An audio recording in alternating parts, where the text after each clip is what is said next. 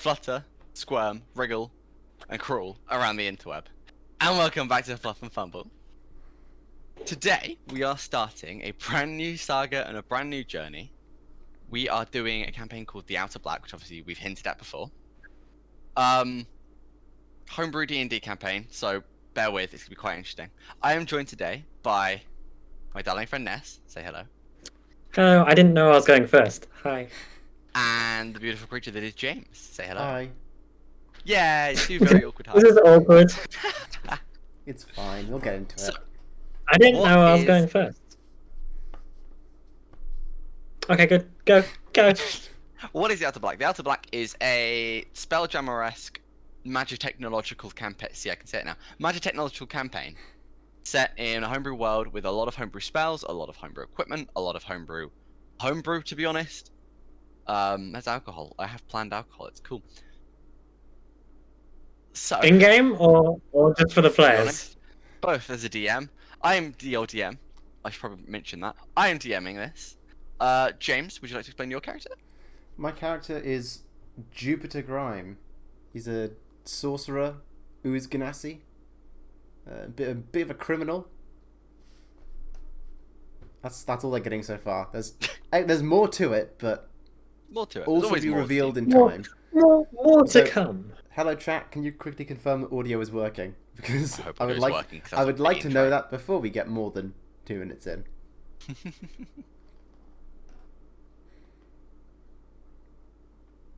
I can see a viewer. Good. Oh yeah, audio is audio working. We're good. And Ness, would you like to explain your character?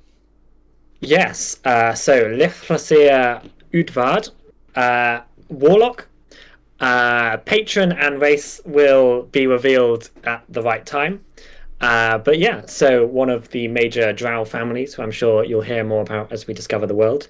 But there's some tensions there. There's some bubbling secrets, and I won't say any more until we actually get into the game and see how it goes. Fantastic. It's looking good to start. So, for those of you who weren't around during the mech fighting stream, where technically I kicked off the entire campaign, not entirely knowing that we would stream it, but, you know, sure. Our darling friend, Jupiter Grime, had been betting on an illegal mech fight. Imagine robot wars, but bigger guns and deadlier equipment. And pilots. And actual pilots, which makes it more fun, arguably.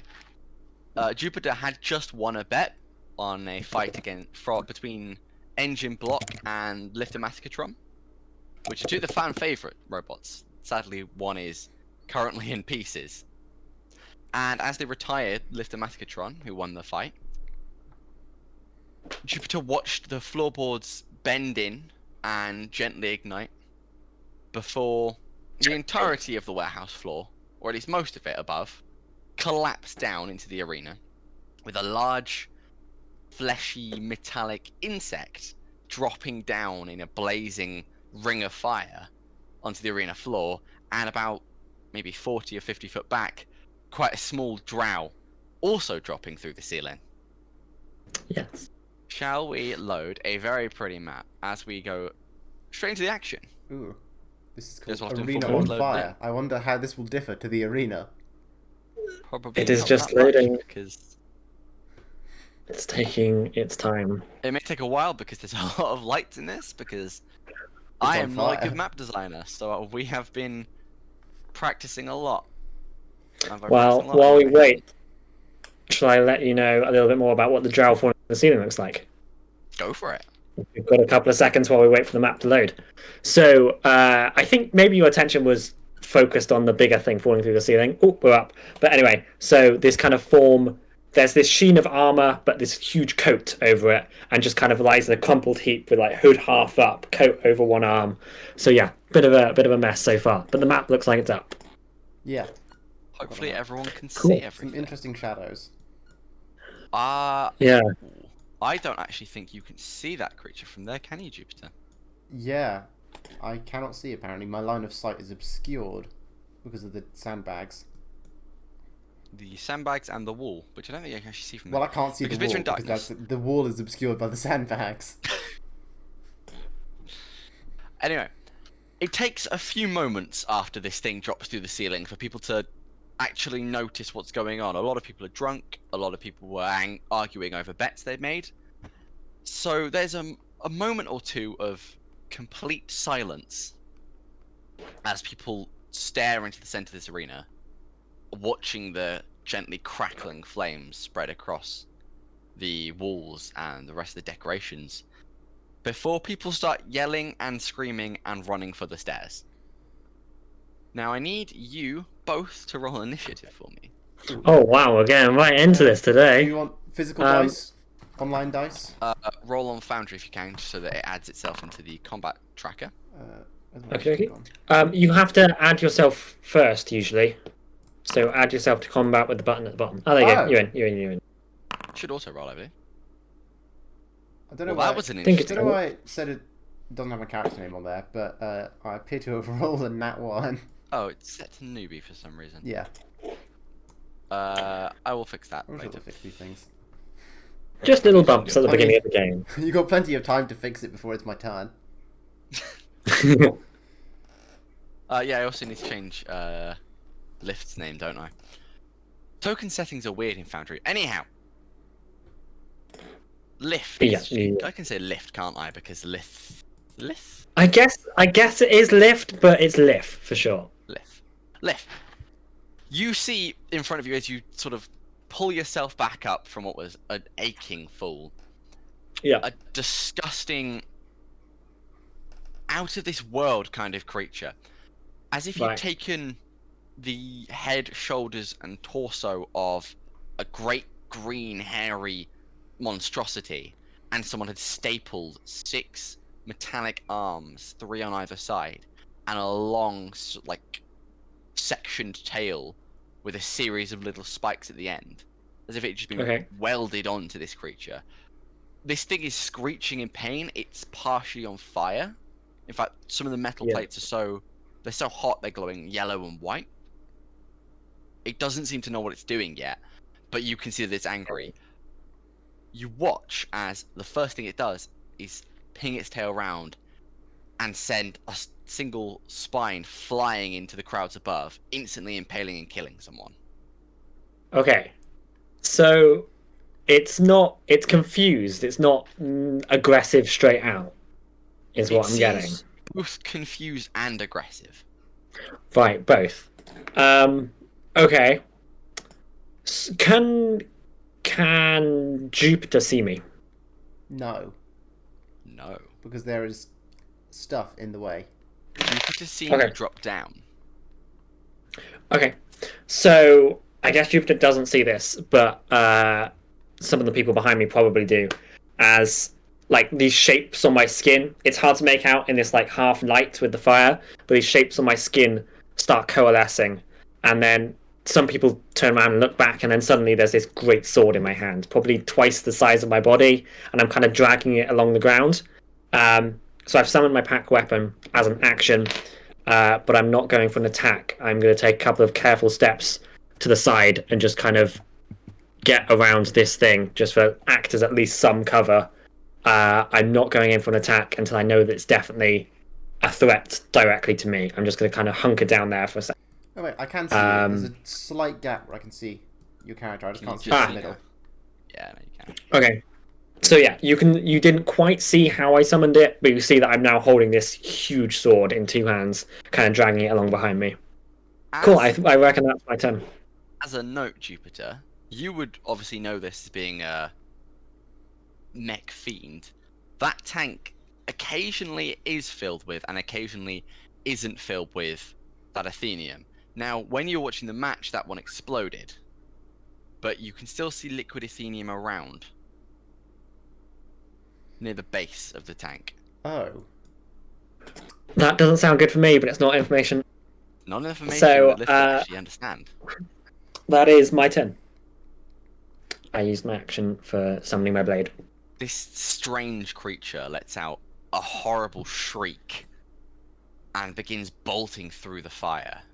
Let me check its movement speed, because you may be in trouble, dear Lyth. Oh dear. You are in trouble, dear Lyth. You watch as it begins barreling towards you. You would actually have from there. Oh no, you went quite out of cover, unfortunately. It's gonna make an attack. You see it raise its tail, almost scorpion-like, behind its head, tilt back to the very final section, and flick it. And a long, thin spine launches from its back. Let's see if it's Okay. gonna hit. I will unprivate. I will let this go public now, actually. PC death speed run. Yeah, how quickly can I die? Wow, pretty quickly, it looks like. Yeah, that hits. Oh dear. It's better for it to hit than to miss. 7 damage. Because if it missed, it could have hit the tank, and that might not have ended well. Yeah. Okay. Damage taken. That was a sizable hit. At It kind of third level. pierces through.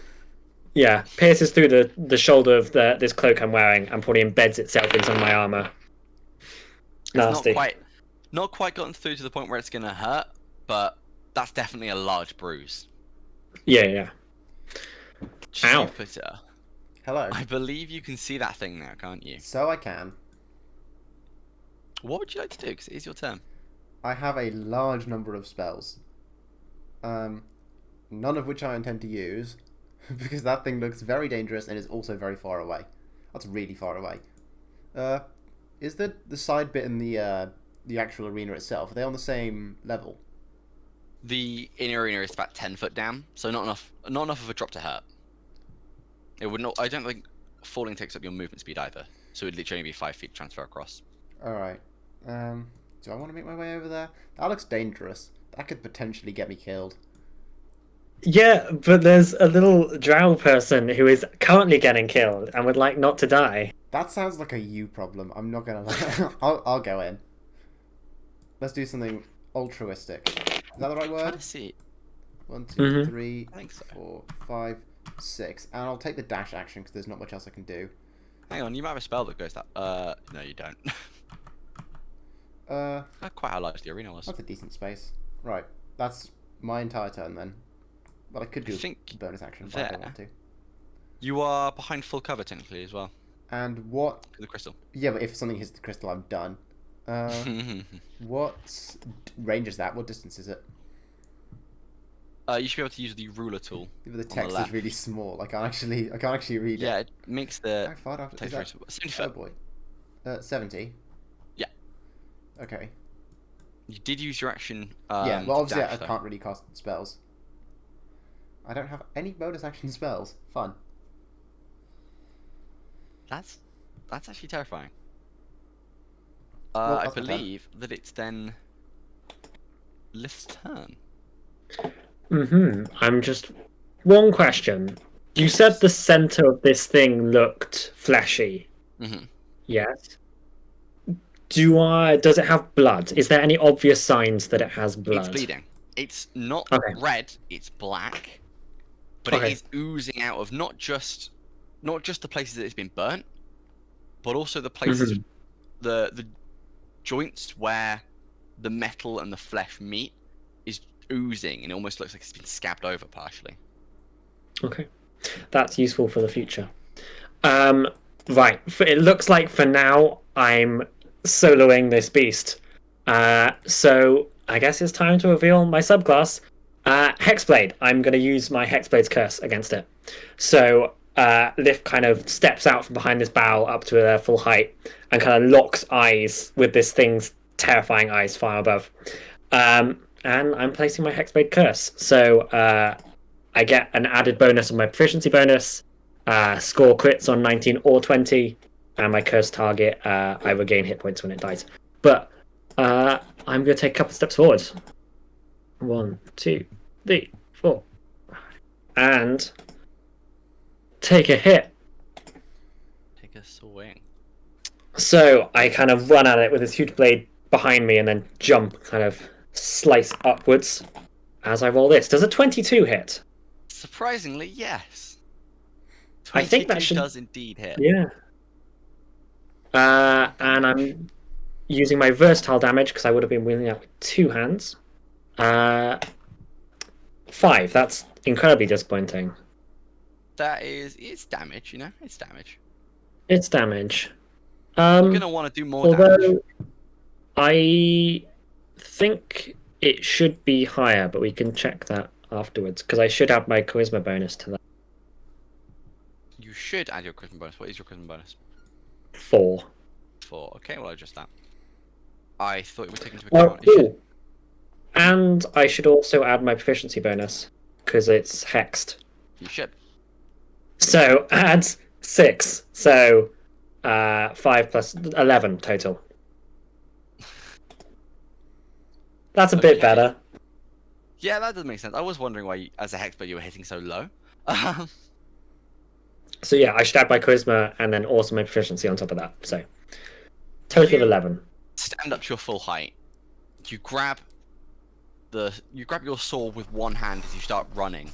Jupiter, you would see sparks coming off of the bottom of the very top, essentially, of the blade as it drags along the floor.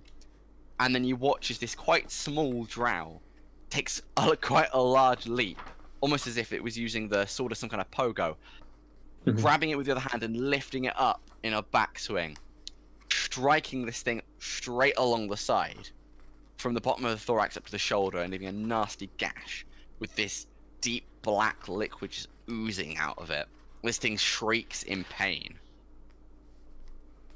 First thing it would do then. Oh, by the way, James, could you hit next turn at the bottom of your encounter there?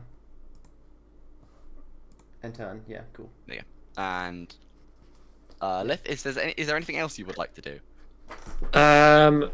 I've used everything and I've not taken an opportunity attack from this thing. So that's the end of my turn. This thing screeches in pain. It looks around, it sees Jupiter, and it almost seems to recoil slightly.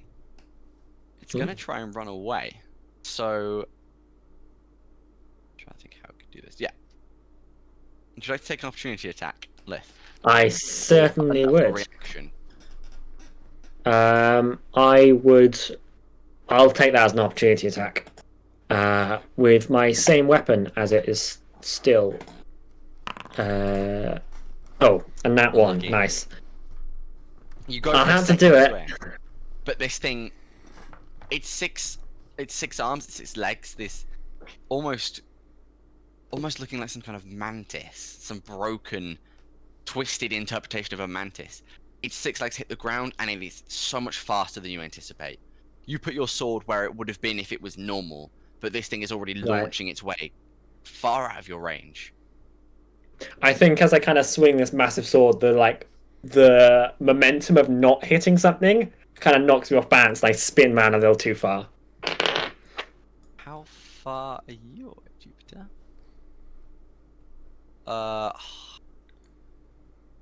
This creature looks at you, Jupiter, and again you see its tail raise, and it flicks a spine, but it goes massively wide. It's probably going to have to get slightly closer to start hitting you. Yeah. It is now your turn. Quick What would you question. like to do? Some of my spells don't actually have their range on. Some of your spells don't have Are they- Including, I don't.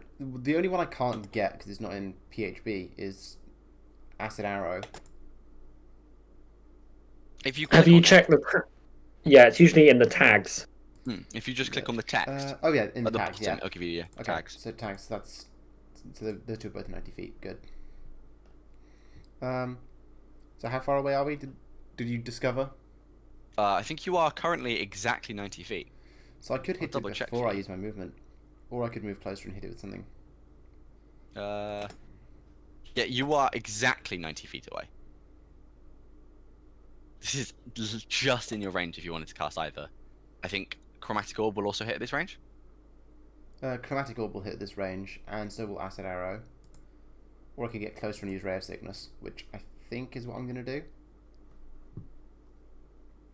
So I'll just go We're learning some of Jupiter's spells.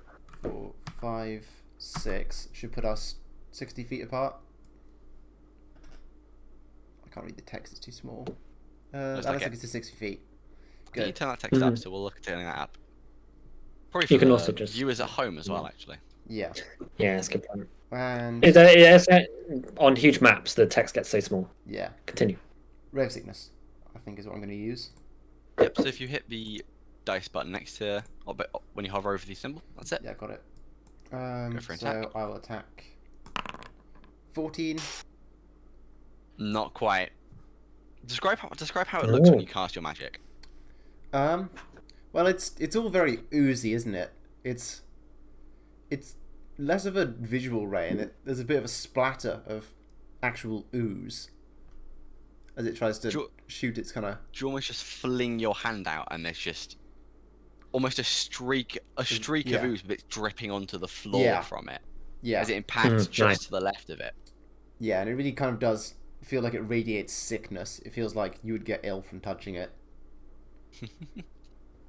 This thing, it sees what you're trying to do, and it almost looks as if it's jumping back.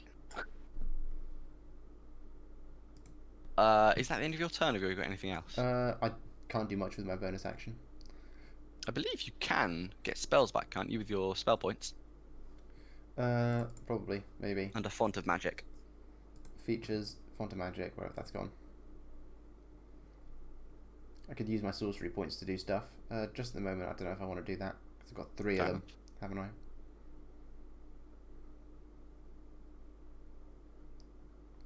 Yeah. Do you want to end your turn? I'll find the button. There it is. Left. Hello. So yes, 40 feet so away. it's outside of my melee distance. I was just going to ask, that bit of fire next to it, is that like a fire? Yeah. And if it was moved 5 feet to the left, would it be in the fire? Are you casting the fire as in that square? No, I don't think so. It is not covering more than half a square. Wow.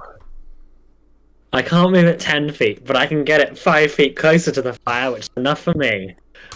So I'm going to take a couple steps forward to close that distance a little bit, and then I will cast Windlash, my cantrip.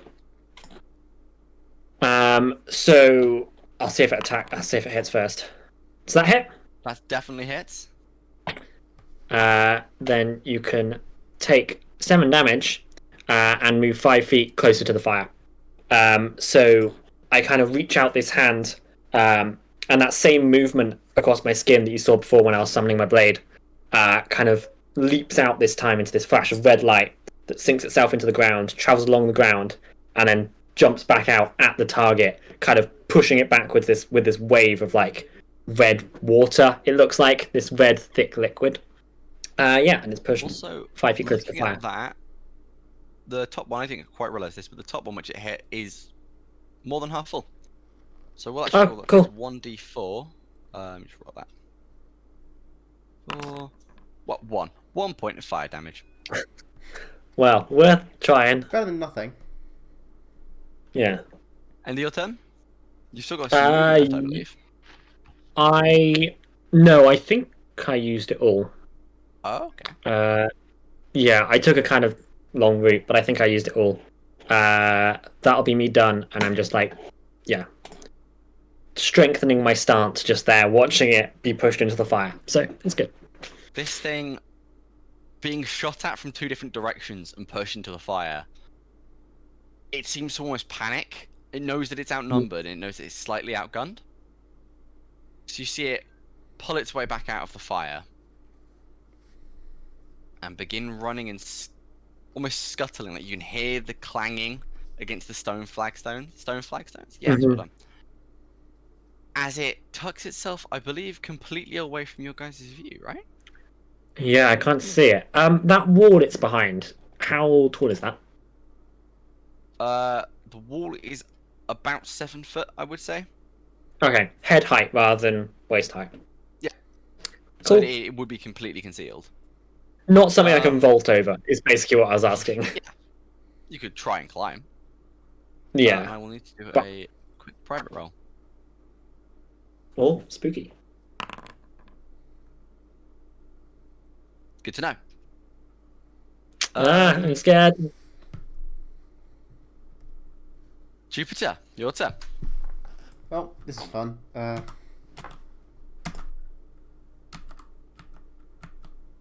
Can't see a whole lot, I'm not gonna lie.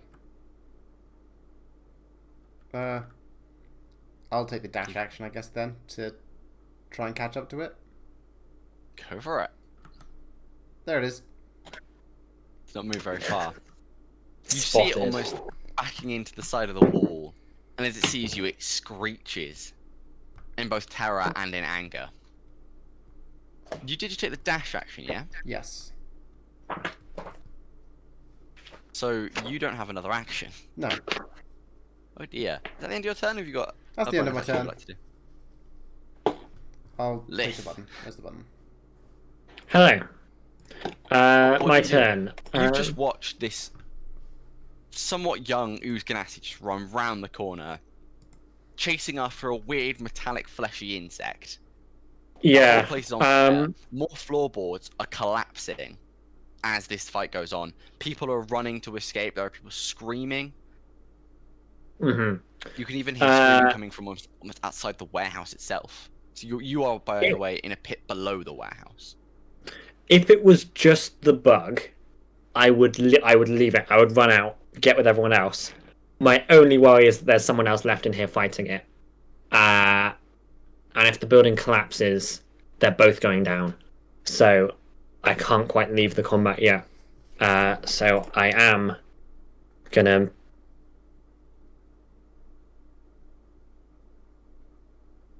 Okay, I can see it.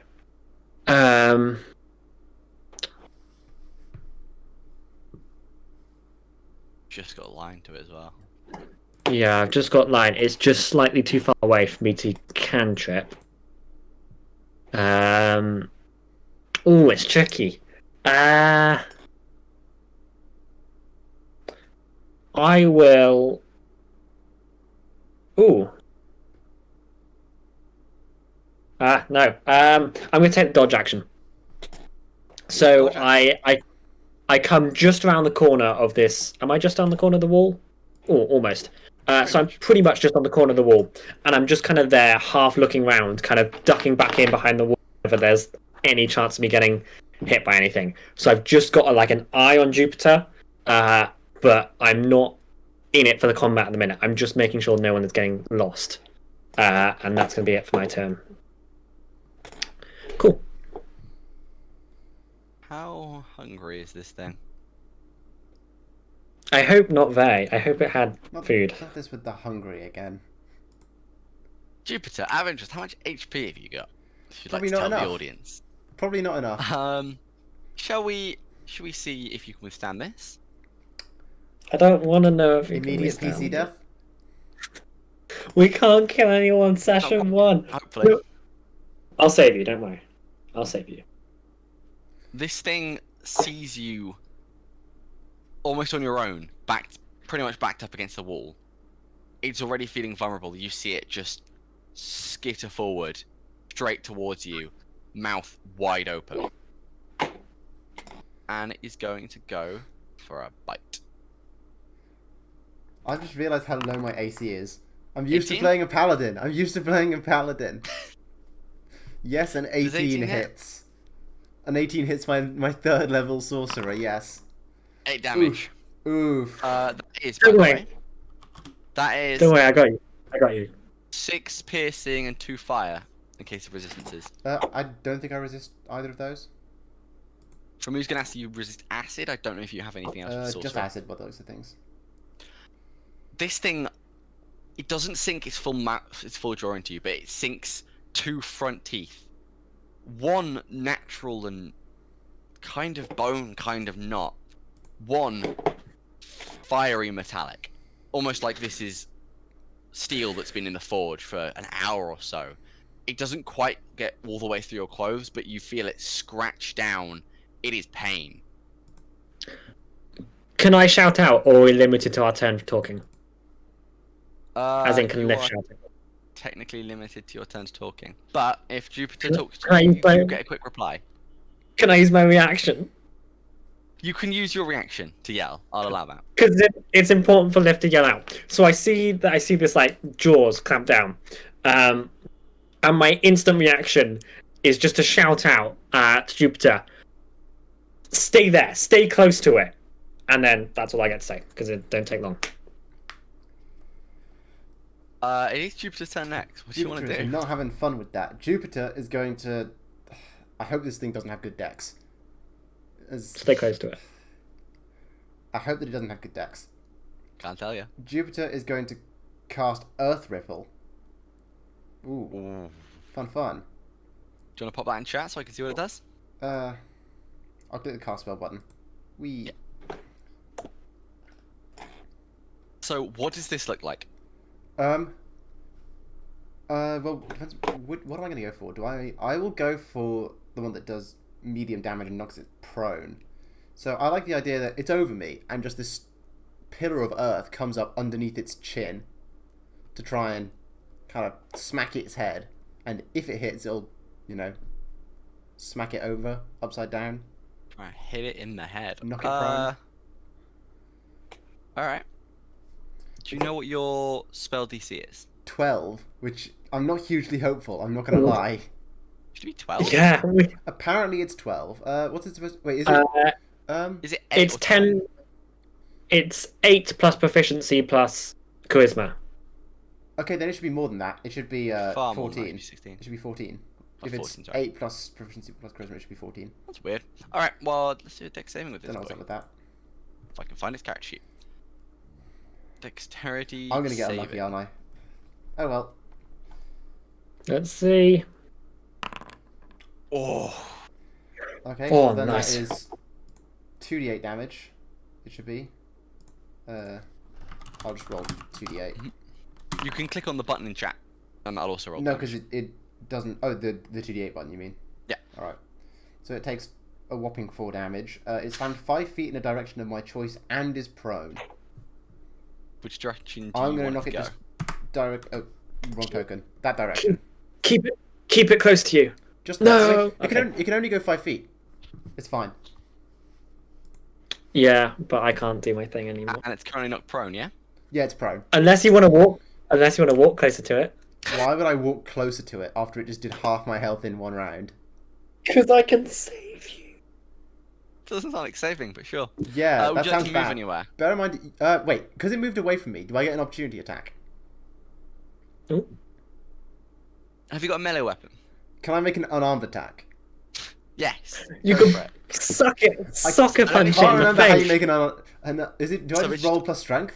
D20 plus strength. Yeah, Can I choose That's dex it. or does it have to be strength? Just has to be has strength. to be strength. Okay, it's a raw d20 then. What's your strength modifier? 0. So that's a 14. Cool, so you can 14 misses, doesn't it? Let me check. 14 misses, because I rolled 14 Sadly, before. 14 misses. I rolled 14 before. Your maximum damage would have been 1. That's all you could have done. But you That's- It was made the thought that counted. you literally, you almost hold a hand up parallel to the ground, and there's a couple of drips of glistening ooze that just drop from your hand, and there's a small pause, and then just this large block of stone slams directly up, skims along its thorax, and smashes underneath its chin. This thing is almost thrown backwards, pretty much in a backflip onto its back, and you go for an awesome follow-up punch, and it's just nowhere near. It has already gone a good 5 foot back, and you've thrown this so much later than you anticipated you needed to. I would also like to take my movement. Go for it. I know that you said to then- keep it near, but I would rather not get bitten again. So I'm going to move back a little Yeah. bit in the hopes that I can then use my spells. I can still see it, but I should be able to hit it with ranged spells. And maybe it can't hit me. It probably still can, but... Let's give it a go. Just need to update the Okay. thing there. And I'll click end turn. Yeah. And then it's Lyft's Okay. turn. Okay, so now that Jupiter's run out of the way, first priority is to get close. 1, 2. As close as I can, really. It's prone. I kind of shout out something vaguely rude at Jupiter for running away, even though stay close. Very understandable. And then, what am I gonna do? Jupiter can see me? Yeah. Okay, I don't want to do that. I will go for Wind Lash again then. I'm not maximizing damage here, but it's going to be the best thing to do. 20 feet range, so yeah, I can do You that. sure you want to do that? if I'm right, sorry, with prone, attack rolls against you have advantage if the attacker is within 5 feet. Otherwise, attack roll has disadvantage. Yeah, I'm at disadvantage, but it is. There's not much else I can do, so it's what I'm going for anyway. Go for it. I'm going to take it with disadvantage. I've got enough bonus. Okay, never mind. It was worth a try. Cool. So this like bolt of red energy throws on the ground and then just totally out the way. It splashes harmlessly against this thing. And I look a little bit more scared than I previously was. And that is me done. Less useful turn that time. Oh dear. This thing has to use half movement to stand up, though. Yeah, and I can take it. I can take some hits. I think it would I will- immediately come towards you, unfortunately, Lyth. Good. This thing is angry. Good. Roll up another... Remember, it's still hexed, so whenever it looks at me, it feels this weird sort of anger and confusion. It's not going to affect its strategy, but just... Does Hex do is anything hex. with disadvantage? No, it only does thing. I should have put it in chat. Let me just put it in chat. Features hex. I'll remember this for the future, don't worry. It's been a long time since I played with the Hexblade Warlock. Right. I need to put a use on it so that I can actually use it. There we go. Usability. Right. So you can see what it does there. So I get a bonus to damage rolls, and I do more crits. Okay, that's good. And now it's going to attack you. Nice. 15? A 15 meets it, beats it, right? Yeah. Unfortunately, So that's I a do hit. apologise. That's a hit. 9. Oh, I don't like that. Is 6 piercing and 3 fire damage. Oh, I can get rid of some of the fire. I think it's 2 points, isn't With it? I wear drow leather, so yeah, I can get rid of 2 points. This thing's Right, jaw is going to sink into you. Mhm. And you can feel the warmth from one, and you can feel the stabbing bruise in the other as it bites pretty much into your shoulder. Again, Nasty. it's Where you're same mostly shoulders okay. as Berg? Yeah. Nice. It looks as though it's aiming for trying to get to the squishiest part and trying to get as much blood as it possibly can. To let you know, I am 1 point above bloodied. 1 point above, but you're not quite bloodied. I'm not quite bloodied, just to let you know. Bloodied, by the way, is a condition where you're either at exactly half health or under. I need to be tracking this for my PCs and for my NPCs because some things have terrifying effects when you're bloodied. Like this thing might do. I am Okay. the same. I am 1 hit point above bloodied. Oh, The Well, thing is, same I'm thing. not sure if Jupiter will make it to bloodied without Dying. making it to dead. It'll be fine. I can help you, but you need to stand next to it, It's a terrible which idea. is As long terrifying. as long as this character lasts longer than my last caster, it'll be fine. Which was, for the record, chat, 4 sessions. I'm Yeah, sure 4 we can, sessions, I think. I think we can keep Jupiter alive for 4 sessions, hopefully. So these fangs kind of sink into through my coat and through my armor, like a couple of seconds, just to like feel the pain. But yeah, that's all my health deducted. You Well, can all the see health I've it got to deduct. rearing up for another bite. It thinks it knows where your weakness is now. Okay. It's gonna go in for you again. Jupiter, it is your turn. It's my turn, and I'm going to cast a different spell. I'm going to cast Melf's Acid Arrow. Ooh. MILF! What?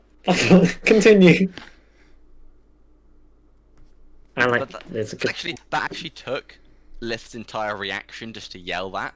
Oh when they saw the no! spell. Right. I saw it being cast. I recognized the spell, and I just yelled MILF. Jupiter, would you like to make the roll? Yes, I'm going to be making an attack roll. Well, Well, that's That what was- does it look like? What does this look like? What does this That'll look do. like? Well, it's an acid arrow. It's a green arrow that points to cardinal direction. It's... Everyone should go watch our clips on TikTok. What is the casting process like? So- Do you draw back your hands? I like the idea that I summon, like, a little mini javelin into my hand and just chuck it. Like, I'm Gently. physically throwing this kind of slimy arrow. A green shimmering force slightly bigger than a regular arrow appears, with the front just dripping down with this viscous ooze as you launch it. You launch it dead center, and you watch as it impales right into this creature's neck. So, first homebrew rule, with your, and I think you'll with both your enjoy this. Crit rules. My crit rules. I need you to max all damage dice for that spell. Okay. Then add your normal modifiers for that spell, if there are any modifiers. Then I need you to roll the normal damage dice and add it all together. This spell also does damage at the end of their turn. Is that also It does. going to get the Will crit also be rules? crit damaged. Nice. I will allow that. So for now, so what do you say? Is it's max it and then roll it again? Yeah, so it's 4d4. So it's 16. 16 plus 2d plus 4 more d4. Right? Mm-hmm. So I roll 44 for 5. 16 plus 5 is 21 damage right now. And then at the end of its turn, it will take 8 plus 2d4 in acid damage. Oh my god. Should I roll that now? You have I'll half roll this it down. thing's HP in one turn. This thing begins spewing this dark black ichor down its throat. It releases the same screech it's been releasing the whole time, but it's warbled as this thing of force has clearly pierced through most of its throat and into whatever allows it to make noise. It looks in huge amounts of pain. It does not look happy. And just to add to it, I think that I'm going to expend my bonus action to get back my spell slot. Oh, So nice. is that the second level one? That's all 3 of my Resource points. sorcery points. So I just get one of them back. 1 second level slot for 3 points. After throwing this bolt of force, you quickly summon on your internal energy. You're feeling pretty good right now. You summon up the rest of that energy, and you think you can probably manage something like that again one more time. It's at the end of your turn. I have got movement. I don't think I'm going to use it. Do you want to run directly at this creature, like the drow is asking you to? I don't think that's a good idea because all of my spells are ranged. Well, not all of them, but almost all of them are ranged. That's fair. So, is that the end of your turn? I think it's Do you best wanna hit if I enter? don't move towards it. Yeah, and we need to remember at the end of its turn to roll more damage. Will do. Lyth. If it lives that long. Right, so, I kind of I assume it's taller than me. Like, I've been making the assumption it could be a short king, but... This is Right, large. This so- is probably about 8 foot. Oh, it's not. I should have been taking advantage to hit. I You should have forgot been about thinking about. I should have remembered that. I'll do it from now on. So, I kind of stand my ground, look up at it. These like dark red drow eyes meeting its horrible insect eyes. And you said it was looking in to go in for another bite. As it kind of moves towards me, I just like hand on the pommel, hand halfway up the hilt, and just shove it up into its mouth. So, attack roll from me. With advantage. With advantage now. Blade, the top, almost flat part of this blade rams directly upwards. How did I still do so badly? Oh, I did Push you so You badly. have +7 to hit an advantage. And you... I pushed the pummel too hard, and I kind of spin the sword over my head rather than upwards, and like I kind of trip backwards a little bit. Right, that's not great. It's not even worth running away because it will just chase me. I'm just gonna have to stick with my mistakes. I've got bonus action spells, but they're not worth it now. I just stand my ground. oh damn. So the end of It's your all turn. I can do. That's the end of my turn. That's all I can do. I'll end it now. There we go. This thing is That bloodied. This thing's bad. actually covered in blood as well. This one bolt, Mm. this Ooh. smack under the jaw, everything that's affecting it so far. It is bleeding from almost every orifice. It's pooling onto the floor. But this thing needs your blood. You think you get the feeling that it hungers for it, and it's a necessity for it to keep going. So one more time, It's it good fucking lunges. This time above your shoulder and towards your neck, where it's exposed from the coat. Yeah. You're gonna have to pray, because I think this might go wrong. Miss. 22. Miss. Miss. Miss. Miss. Miss. That hit. 22 hit. That hit. Oh no. Oh. No, I need to do something. Oh. before it hits, it was going to hit, yeah? Mm-hmm. I guess it's technically already rolled to attack. I was going to use unsettling, does not. I'll let you do the thing. Okay. I didn't want to do this until later, but I'm in such a dangerous position. As it rears up to hit me, Jupiter, you watch as my face changes, and I think I grow. I think I get taller. So out of my boots, I kind of rise a little. The coat is a little too tight on me now, and I don't have the face of a drow anymore. I am wearing the face of. I think it looks oddly like you. I think I've made the face of an Uzgan. Just like the first thing in my mind was your terror 30 seconds ago, and I've grown a little taller, and I look oddly like Jupiter. And that is disadvantage on its roll to hit, as I use Unsettling Visage. And if chat hasn't worked it out, I am playing a changeling. I will roll a second attack, and it's 20. It still so hits. Oh, waste Still of my whole character thing. Yeah, this thing, okay. it reels for a moment as it watches you get bigger. It almost takes a step back, and then realizes it doesn't have time to take a step back. This is urgency. This is an urgency for survival. It's not just an anger or a fear. And it makes this lunge again, straight into the side of the neck, into the collar. 7 damage. That is lots. This time, the teeth actually sink, most of it into the coat, but part of it actually into the neck. Nowhere particularly dangerous, but you start feeling the warmth of blood dripping along your shoulder and down your front. And you can see as this thing pulls back with a small amount of your flesh still in its teeth, it grins with this blood running down, and it seems slightly stronger. Yeah, I'm getting out of here. I forgot what it's like to be a squishy character again. Jupiter. I'm not even squishy, it's strong. At the end of its turn, it needs to take 2d4 plus 8 acid damage. Yes, it does. Oh, please kill it. Go for it. 11 acid damage. Nice.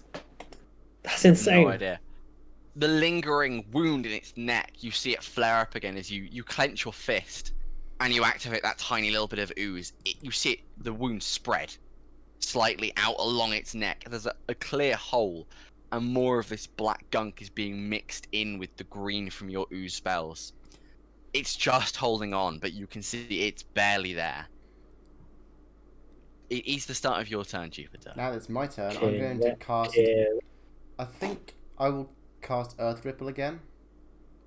Make it roll another dex save. What effect are you going for?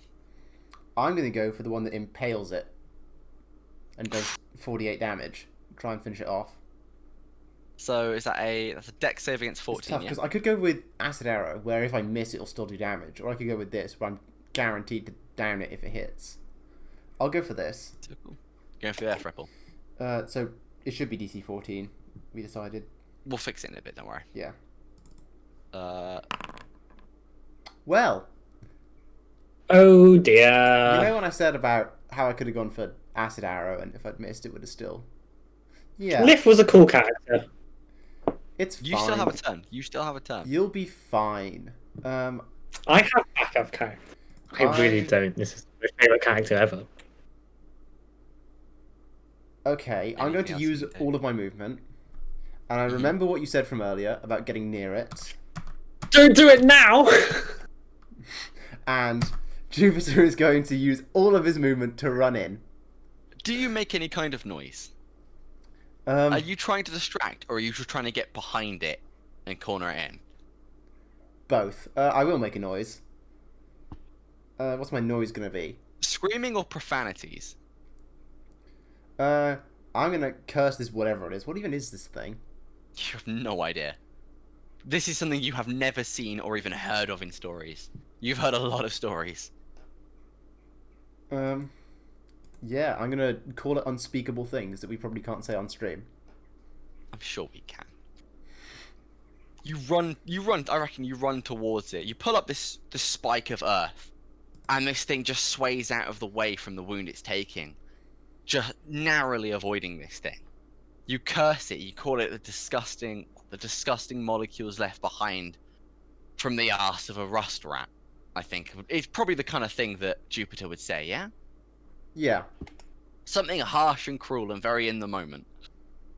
And you run at this thing. Its head whips around best it can. You see it's in pain from even moving its own head anymore. And it locks eyes with you, glances back towards Lyth. Clearly has no idea what to do. Lyth, you have pretty much 1 moment to take this thing down. You got Yeah. this. I'm just trying to think whether whether I run away, attack, or do something in the middle, and I'm going to go for something in the middle. First action, Windlash. I need it to hit straight at it. So just like this bolt, like a bounce pass in basketball. I have this like ball of red energy between my hands. It hits the bounces straight back up into this thing's face if it hits. Please hit. 17. Yep. Okay, so it like bounces off the floor into like the bottom of its jaw, dealing 8 damage. Full dice. And I push it 5 feet away, 5 feet to the left, if you can. So to that direction, yeah? Yeah. Do I get an opportunity attack? I would have to rule it as yes. So I'm then gonna take a sword attack as I push it back and like swing this sword only with one hand because I've been doing spells, so I literally just grab my sword with one hand. And where is my sword? Here it is. Attack. Advantage because it's big. 23 hit. That hits. Regular damage. That, but also plus my proficiency because it's hexed. So another 12.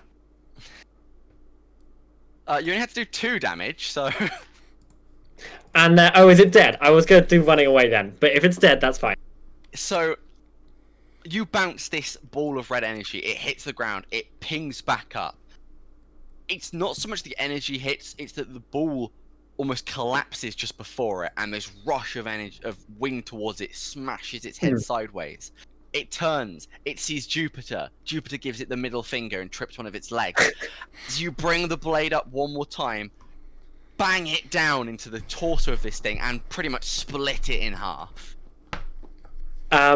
So is it dead? Because I get hex things. Completely dead. You take, Cool. I believe you get health back from that, don't you? I get to regain, I will tell you exactly how much. Warlock level plus charisma, so 3 plus 4 is 7. Cool. That brings me up above bloodied, so I'm healthy again, ish. Good. Let me activate dead mode on that thing, because it is very dead. I was so scared. If Windlash didn't hit, I would have been dead that round. While you've been fighting this thing, while you've been in the moment, everyone has made their way out of this warehouse. Mm-hmm. You can still hear screaming from outside, though. As you look up, it's not just the floor above that's now gone. The roof of the warehouse is beginning to crumble as it all burns away. Shit. You can hear screaming from outside the warehouse as well. But as you look down at this corpse, it shimmers red slightly for a moment. And then My red or red? Not your red. Not Almost my like red. a glowing Okay. brimstone. And you see in half a moment it collapses and shrinks into this tiny little glowing, dark coin that flips itself into the air, and you hear a little tinkle as it hits the stone floor beneath. Are we still in initiative? No. You are now out of initiative. So, I think the first thing is I just like lock eyes with Jupiter. Not even saying anything, just kind of I look you in the eyes like we both agree that was proper madness. And then, unless Jupiter makes a run for it, I'm gonna snatch up the coin. Jupiter, were you on the coin? I also wanted to snatch up the coin. Do you want to roll off for it? I wouldn't be fast about it. If Jupiter's first reaction was to grab the coin, I would have wandered over to it and had a look at it. But if Jupiter's first reaction, you can take it. Jupiter's a little bit of a kleptomaniac, and by which I mean a thief. You can take it. Then it's his. You Cool. you bend down, you pick this thing up, and it's warm to the touch. It's almost as if you can hear a voice from incredibly far away and incredibly echoey coming from the coin, but it's only for a moment and then it passes. And it's cold, kind of steel, kind of not. Yeah? I just remembered something. Slightly awkwardly, I do like a 3/4 turn and pull the hood of my coat up. And then when I turn back around Jupiter, you see that drow face that you first saw. What should I title the coin in my inventory? Just put it as steel coin for now. I doubt. I'm pretty confident Jupiter would not know what this is. Sure.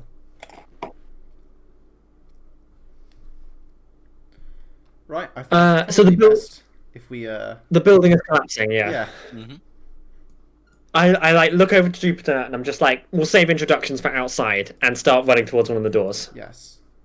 Let's do that. You wouldn't be able to make it straight to the door. You have to climb up Okay. one of the platforms first, I believe. Yeah.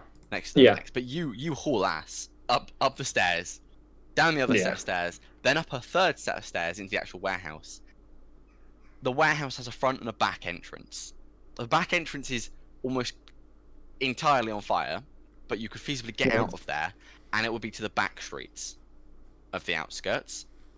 Whereas if you went out the front door, which seems a little bit safer, you would be straight on the main road.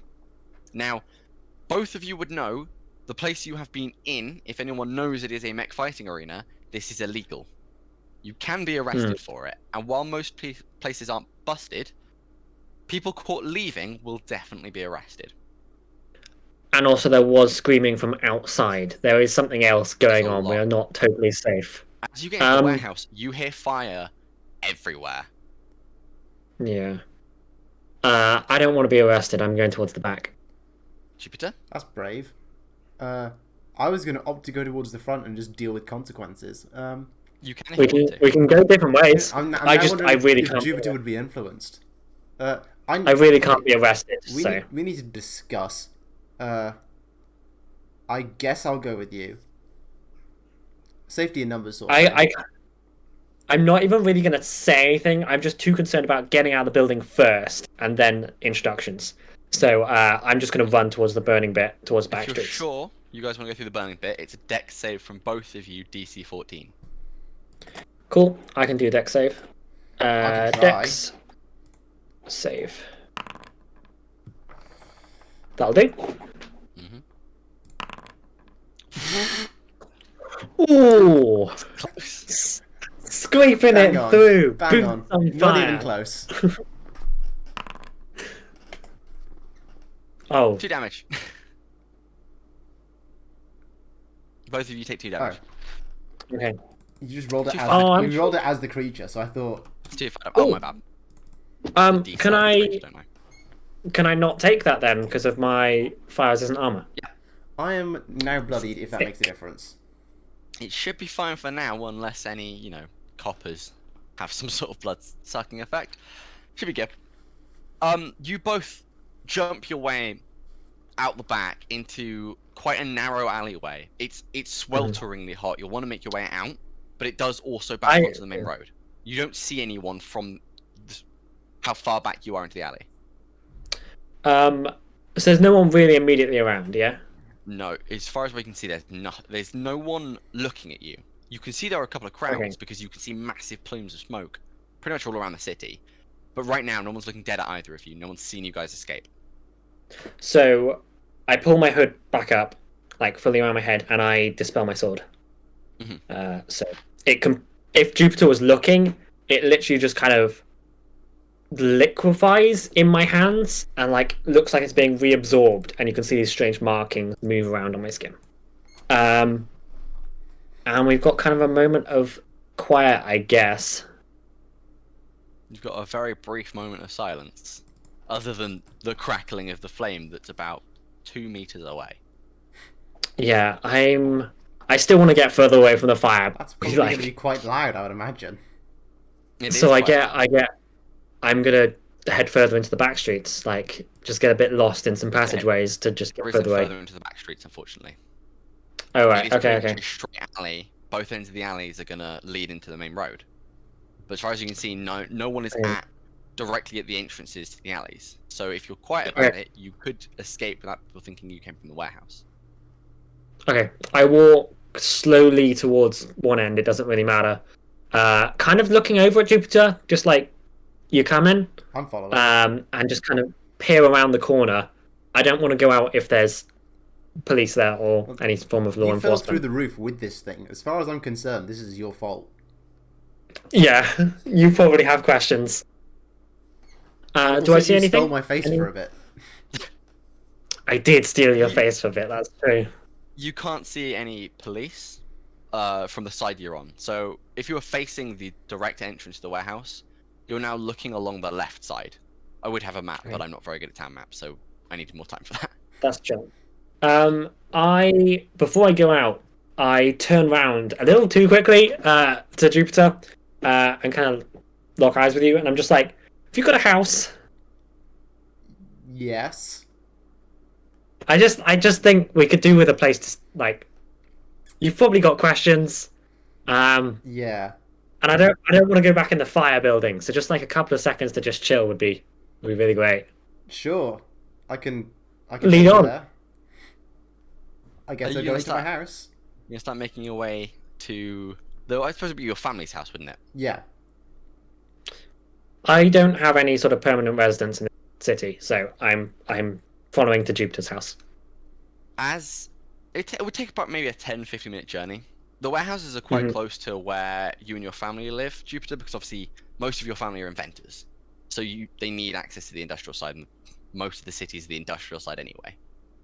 It takes about 10 minutes before you're close, and you see that the area that you knew the family house and workshop was on, there is a huge column of smoke. Oh. That's not great. Judging by the time you spent making your way out of the warehouse and the time it took getting to where you are now, it's been about 20 minutes since maybe 15-20 minutes since this whole thing kicked off. You would guess. Is this a fire that has spread, or is this a separate fire? Individual fires, from what you can tell. It would be impressive if fire could spread without touching the buildings in between. Yeah.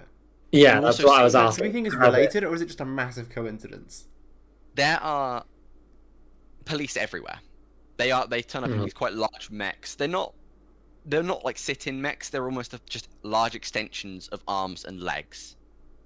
And a lot of them are equipped with large water tanks on the back, and they are trying to put out as many fires as possible. You can see some others with wear and tear. You can see a couple of dead bodies.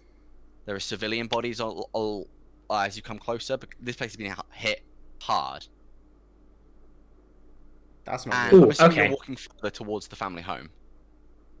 Are there any like civilians? Yeah, well, I assume we're walking, but are there any civilians that are kind of on their own, like not in any groups? There are a couple on their there'll be a couple on their own, just like looking around at things. I would like to walk up to one of the civilians on their own. I don't want to enter into any groups, but hood pulled over, so there's kind of like shadow cast on, like, and I want to walk up and just kind of, what happened here? We missed it all kicking off. You walk up to probably about 6 foot something fire ganassi, looking worried, and suspect. This man looks towards you and goes, "There have been fires everywhere. I mean, I haven't heard it. I've heard screams. I've heard these things, these mechanical flesh things have been appearing all over the city. I thought it would be one of the inventors." Yeah. Do you know where's safe? Nowhere in the city, probably. I know the guards are doing all they can, but there are entire places that have been burnt down. I think these things are hopefully killed. I've not seen any more. I don't know about the other half of the city. Okay. You've been helpful, thank you. And I kind of walk off a little bit. Still towards. I'm still following Jupiter. I don't know really where I'm going, but yeah. I still think our immediate port of call is to get somewhere safe-ish. I don't know if your house has been totally compromised. Yeah, I was going to say, my priorities may have shifted because it's possible that my entire family has just died in a fire. Are you on your way to the family house then? Yeah, I think I need to go and check this out. I think my Are you priorities have walking? changed. Are you walking, or are you in like a proper run? Like, fast walking, jogging. I'm not full on sprinting. I don't want to be seen panicking, but Yeah. As you approach closer to the estate, it's definitely been the workshop. But as you round the corner to see the whole place, the workshop and half the house have been burnt, almost to the ground. Your family home is quite large. As a lot of the cities in a lot of the houses in Rivet City are large. Your family, especially your father being a well-known inventor, they've been given a large amount of space to work with, and most of it is gone. Most of it is rubble and ash. You round the corner, you see a lot more guards than you've seen pretty much anywhere else. A lot of them just trying to put out the fire as quickly as possible.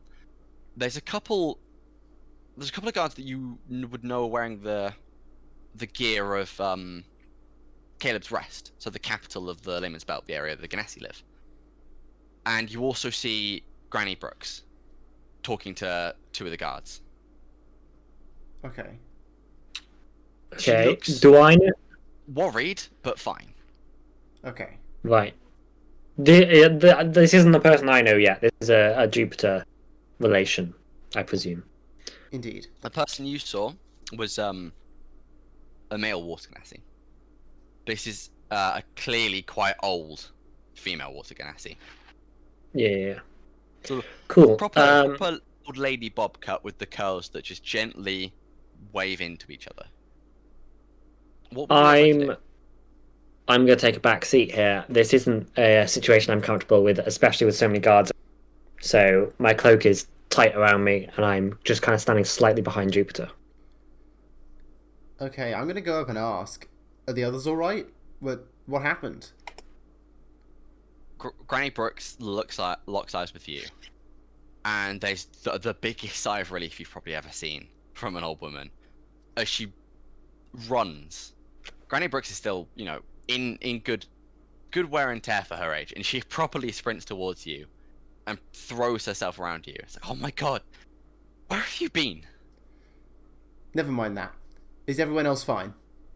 Everyone's absolutely fine. Where on earth have you been, young man? I've been out with friends. Not those lot again.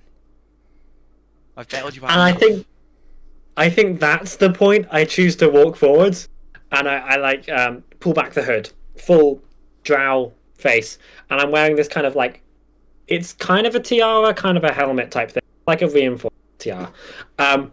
And I walk forward and just hold out my hand. I'm just like, Lyfþrasir Utvard. This is friends. We've been hanging out.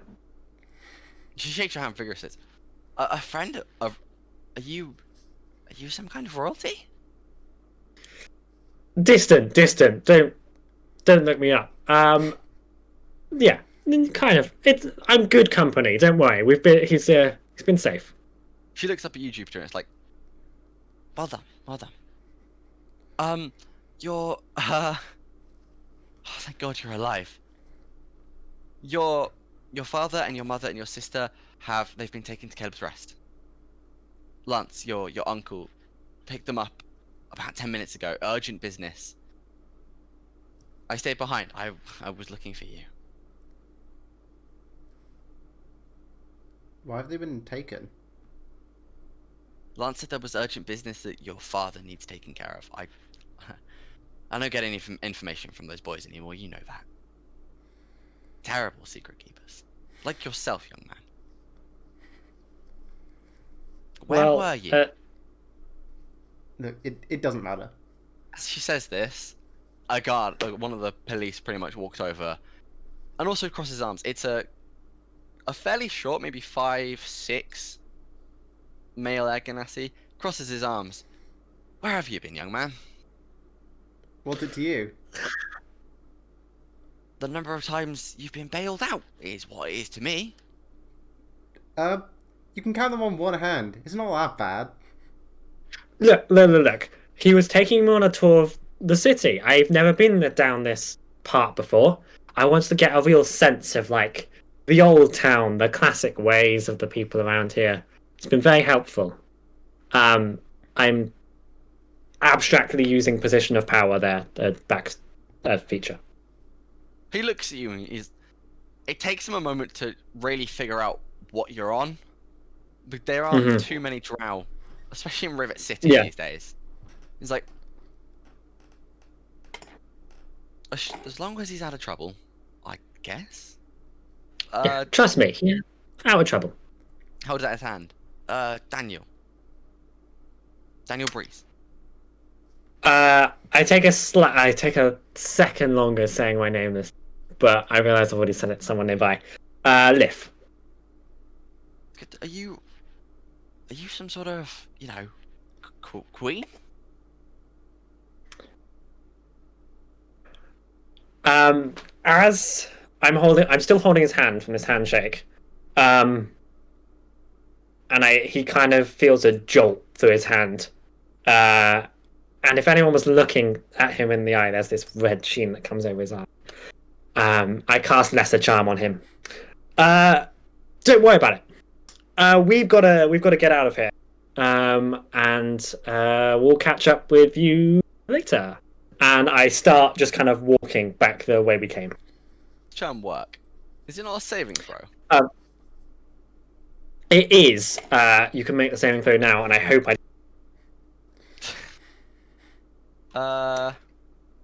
But it's a small favor, so something of just forgetting about a question. Good.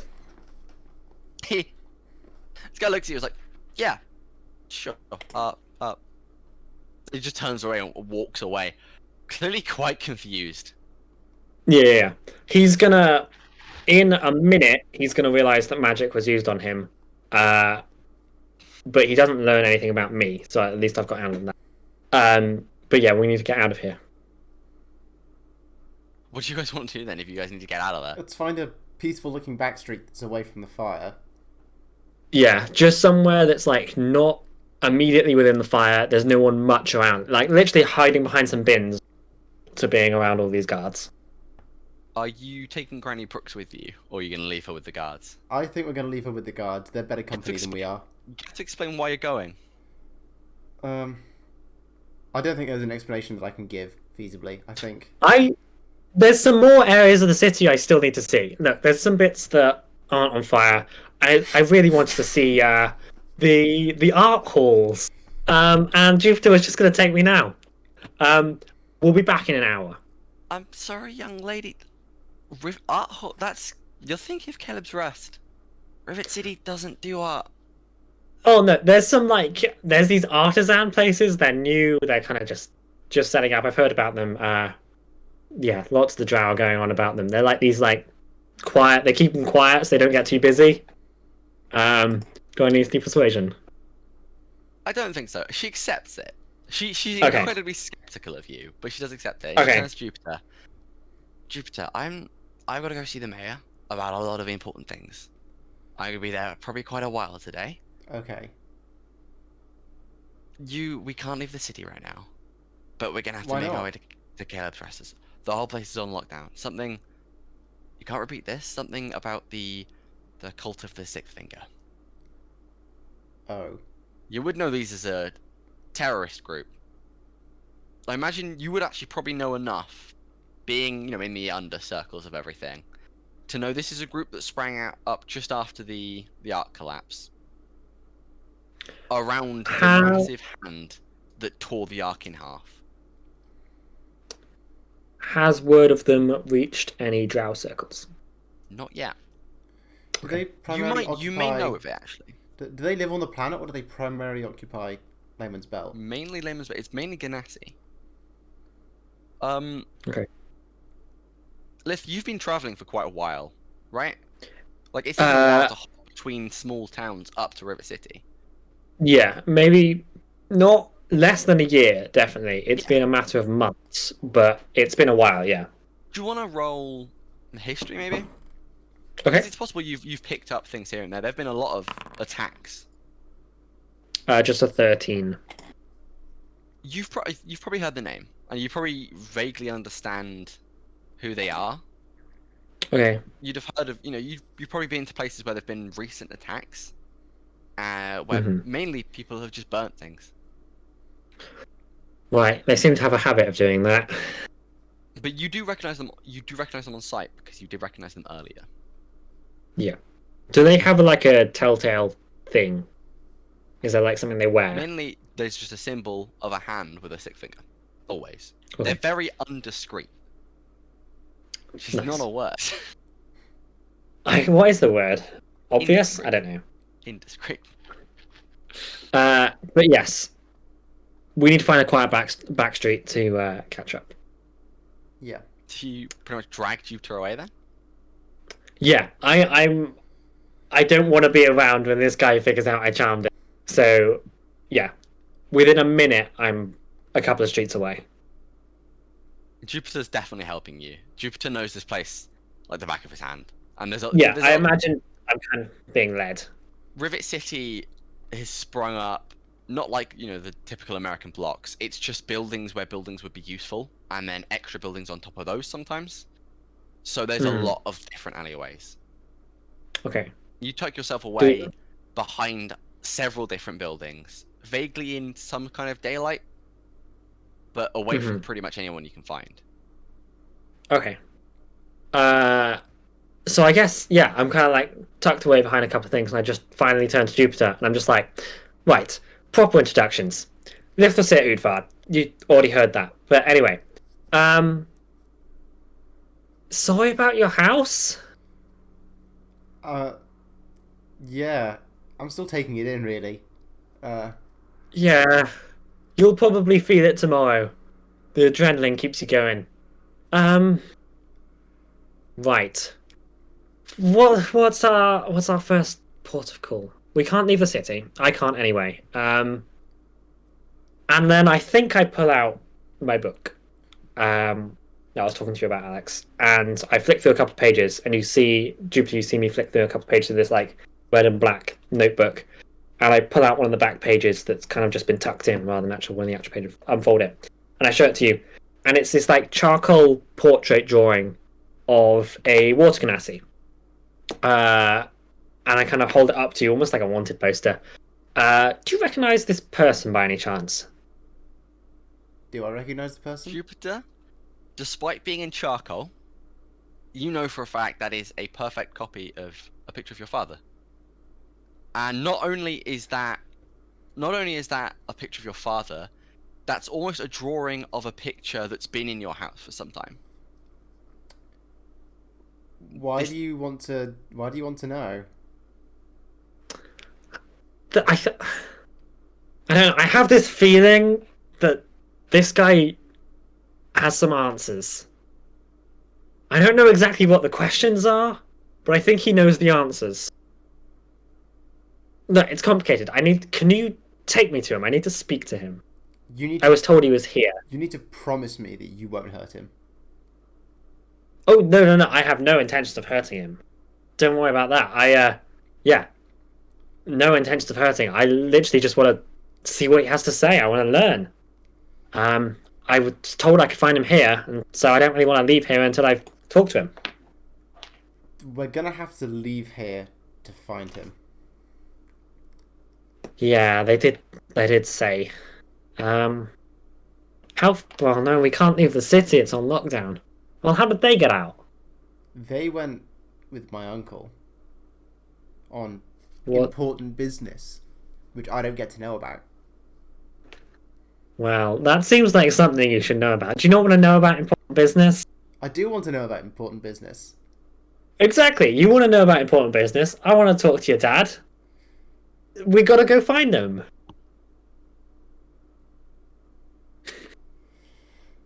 That's kind of my proposition to Jupiter. Okay, about getting out of here Yeah. and getting to Caleb's Rest. How? What's the usual route? Is it like a bus? More like a ferry than a bus. Well, I guess we'll unlock that. We need some reason we have to leave. I mean, Well, my I can entire show 'em all immediate this. family has left. I'm sure that's a good That's reason. good. That's good enough reason for you. I can show him all this, and I kind of gesture to my tiara and this whole get-up of the drow. But they'd probably just take me back there rather than where we want to go.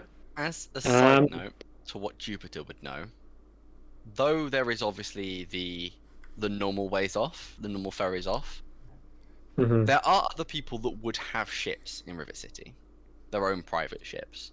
Not Quick not question. things in the slightest. Yeah. Question to Jupiter, actually. Yeah. Do you have any siblings? Yes.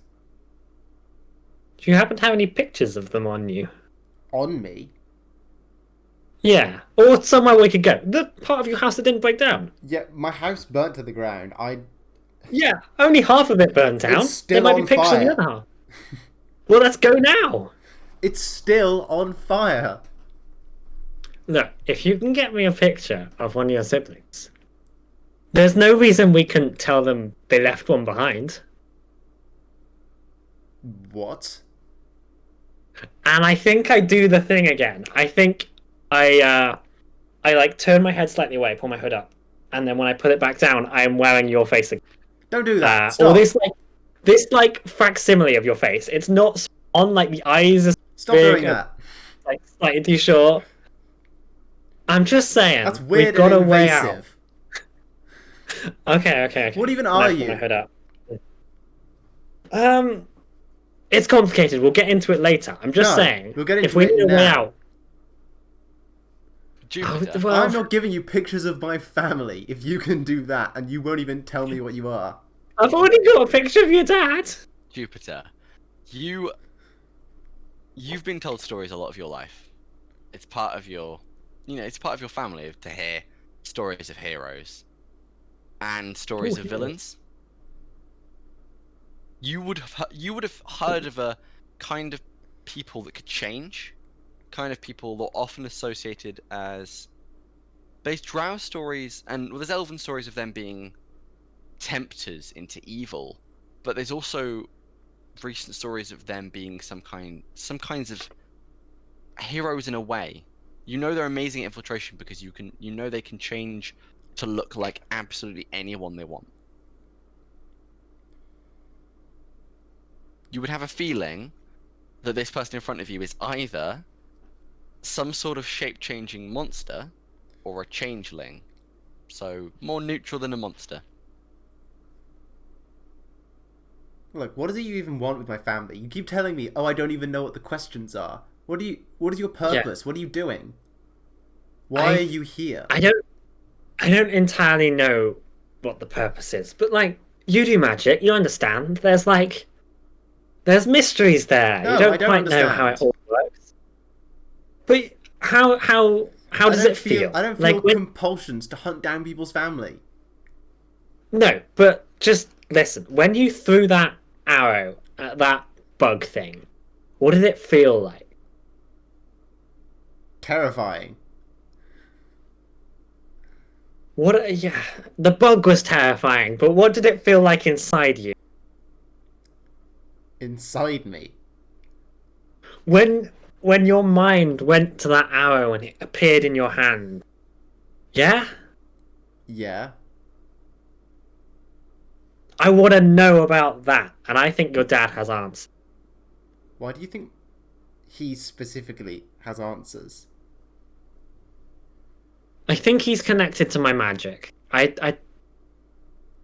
That's all I can really say. It's complicated. I'd have to.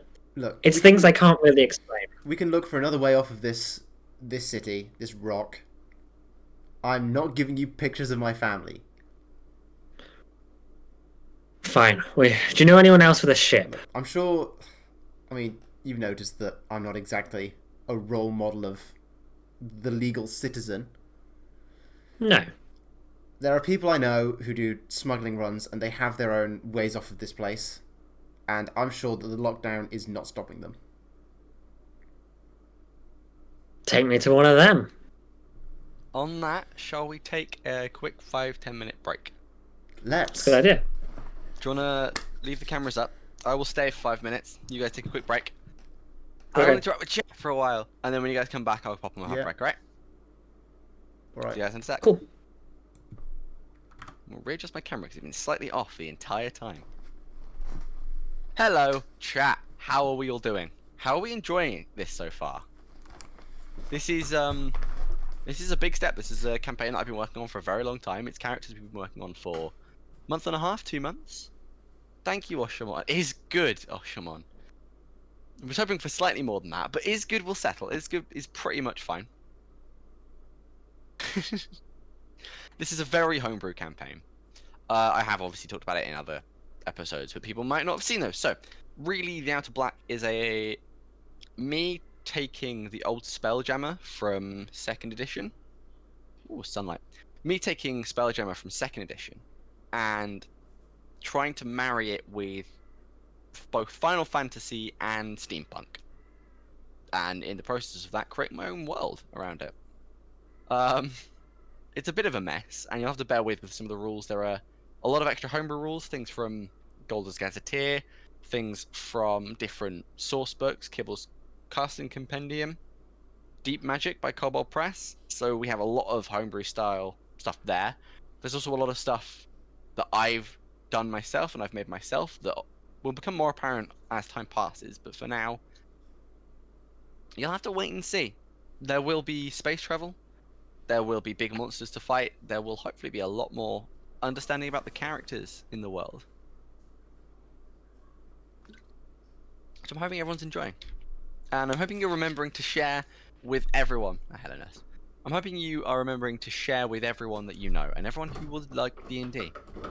That is an entire smoothie maker. Ness has a smoothie maker. Ness has muted themselves again, and I don't think Ness knows that they've muted themselves again. I got smoothie.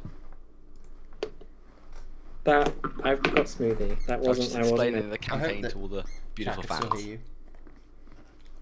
If chat couldn't still hear me, I'd be very upset. But I did get a response. Yeah, I'm you got pretty sure response. they Okay, could. that's good. Right. I'll be back in 2 minutes and just grab myself a second drink and a quick snack, and then we'll be straight back into it. Yeah. Now, oh, that's a whole blender. Yeah, it is a. It's the most effective way to bring yourself drink. Just a whole blender made of smoothie. Well, not made of smoothie. Smoothie What? Ganassi. Smoothie Ganassi. Smoothie Ganassi. I'm gonna turn myself into a smoothie. Do do do do do do. I could put a baby in it. If you get me a baby.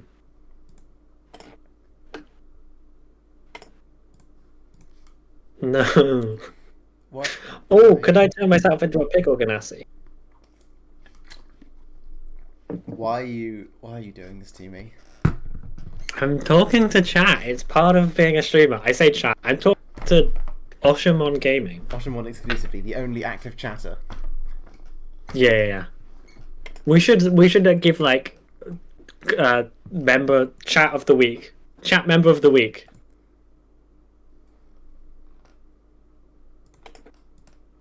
I can see people's total messages. I can see who are the most active chatters. Whoa, there's someone here claiming to be better than Oshamon. That's crazy.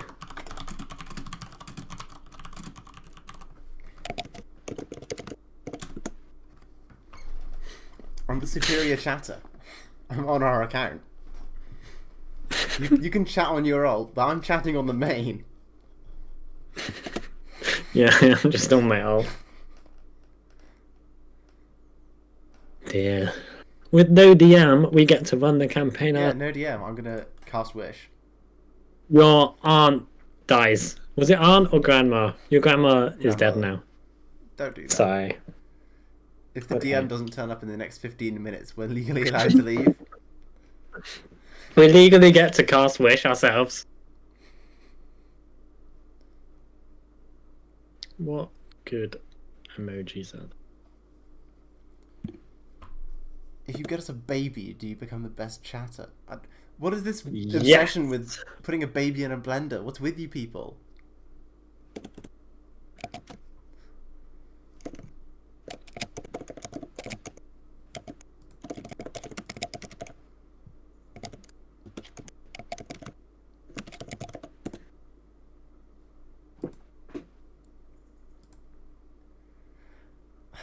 What's with you? What's with me?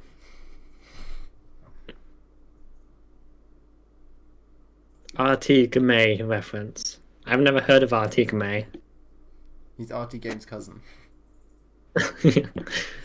His name's May.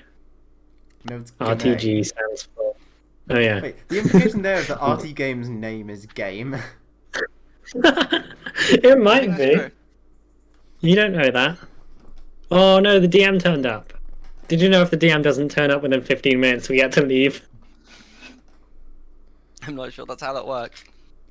Oh, I appreciate the amount going on in the chat. See, You know, it's we really hit popping up. We hit 10 viewers earlier. That was really cool. Remember, share with your friends and family. Share with your enemies, with your teachers, with your colleagues. Share with your mayor. Share with your crush, and they will date you. Send this They to your will. crush with no That's a guarantee. context. This is Send this to guaranteed. your crush with no context. Just link the D&D stream. That's just how it is. And then they will Also, date you. send this to your worst enemy with no context, so they don't know which is which. If you And get they sent, will also date you. Oh yeah. if you've been sent this by And someone, it's they're which- either crushing on you or they hate you, and you have to work out which. And it's the one you don't want it to be. Yeah. That's life sometimes. That's how it that's is. I'll say. Right, should we do D&D rather than relationship advice? D&D, we are fantastic.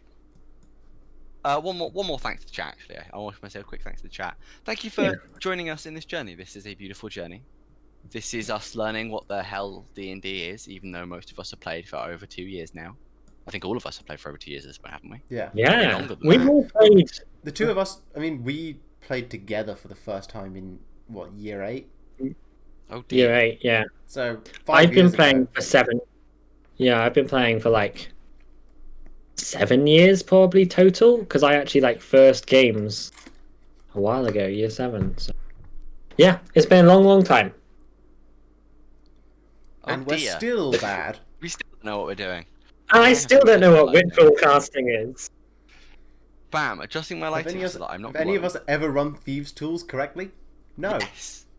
Well, I will No. now. You will now, but you didn't Okay. before. Didn't before, because I didn't actually know how they work. Anyway, let's get back into And it. still So, none of us know why druids can't wear metal. check out our YouTube I- channel. I have thoughts on that. We'll do another one you because have I have thoughts. thoughts. Alright, after this, we'll have a quick 20 minutes where we talk more We're gonna about milk it. D&D. We're gonna make the Super gonna make the stuff. We're gonna sequel. milk it. Oh dear. Yeah. Okay, right. Back into Let's Outback. set the scene for everyone who either wasn't there or has already forgotten what happened before the break. I have. So, sat at the very illegal, very illicit mech arena underneath a warehouse on the edge of the town, Jupiter and, well, I suppose just Jupiter ended up face to face from a falling insect monster creature and a falling drow. Turns out the drow was a changeling. Turns out that the Ganassi was made of ooze, but that was obvious.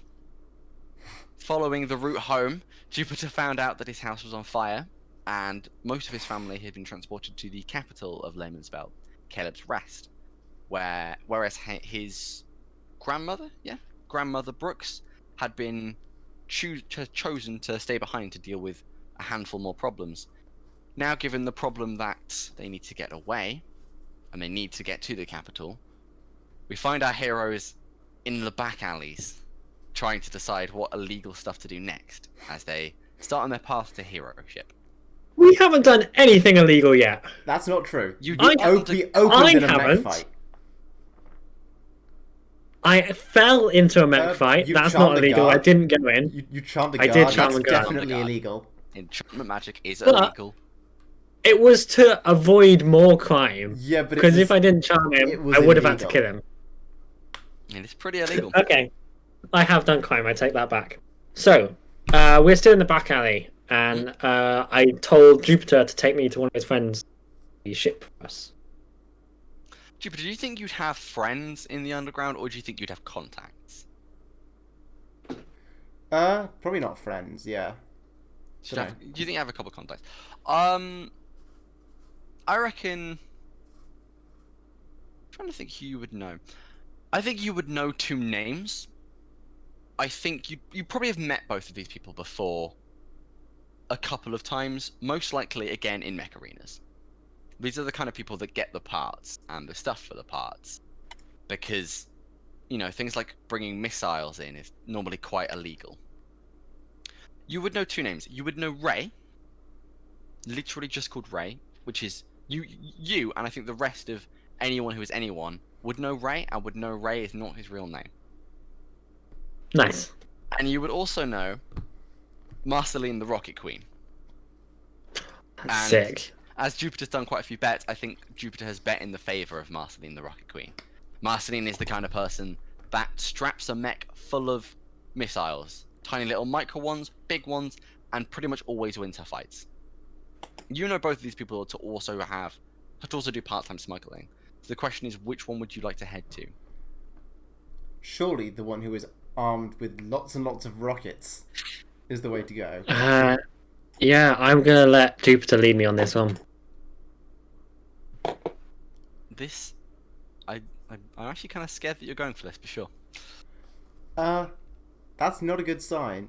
Jupiter, you would know Marceline is a little bit volatile. Not in the angry way, but in the, when you have so many missiles, it takes an awful lot of practice and training not to just fire them off for fun, which Marceline definitely doesn't have. Yeah. Would you like to head to her anyway, though?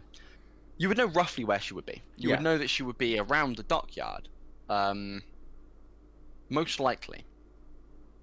But given the activity of tonight, of everything being on fire, you're not sure you would necessarily find her there. Where would you first think to look? When I first think to look. Well, if I don't know, I don't know.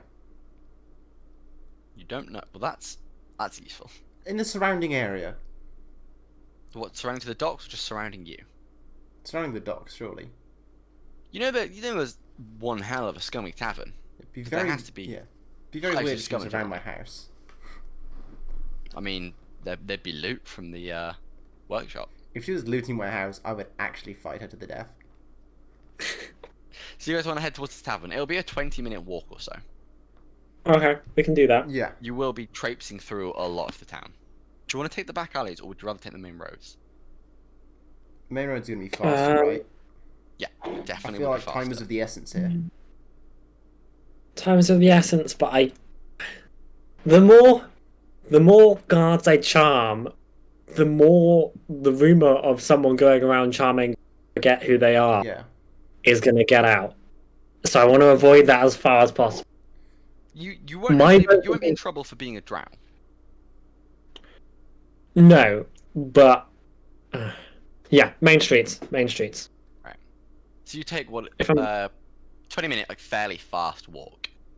You Mhm. see as you're walking around, the fires are pretty much out now. There's still thin plumes of smoke from pretty much everywhere as wreckage cools off and more water is doused. You see a lot of warehouses have gone up. It looks mainly as though it's been warehouses and places with places that haven't been used too much, and places with basements. Right. It takes 20 minutes. You see a lot of guards running around. You see a lot of people running around. A lot of fear, and as you take some corners, you do see some guards with handcuffed genasi with robes with these hands with the 6 fingers. You have a feeling this is probably the work of the cult, maybe even all around the city, maybe not. It's hard to tell. But they've caught some people, so that's positive. And it Yeah, means of the course guards it'll are occupied with dealing with them. The only thing I'm worried about is why cults don't just set fire to things for fun. They're Yeah. probably covering something up. Or they've done a whole, like, let's plant thousands of things all over this city. And the basements thing as well. There's something going on, but our first priority is to get back. You make it up as a tavern, and it's probably quite an abandoned part of the town. Nothing appears to have gone wrong here. Oh, sick. Probably within maybe a few blocks radius. I say blocks very loosely, but a few blocks radius is not that much. You pull up to this. I say tavern because I'm using D&D terms.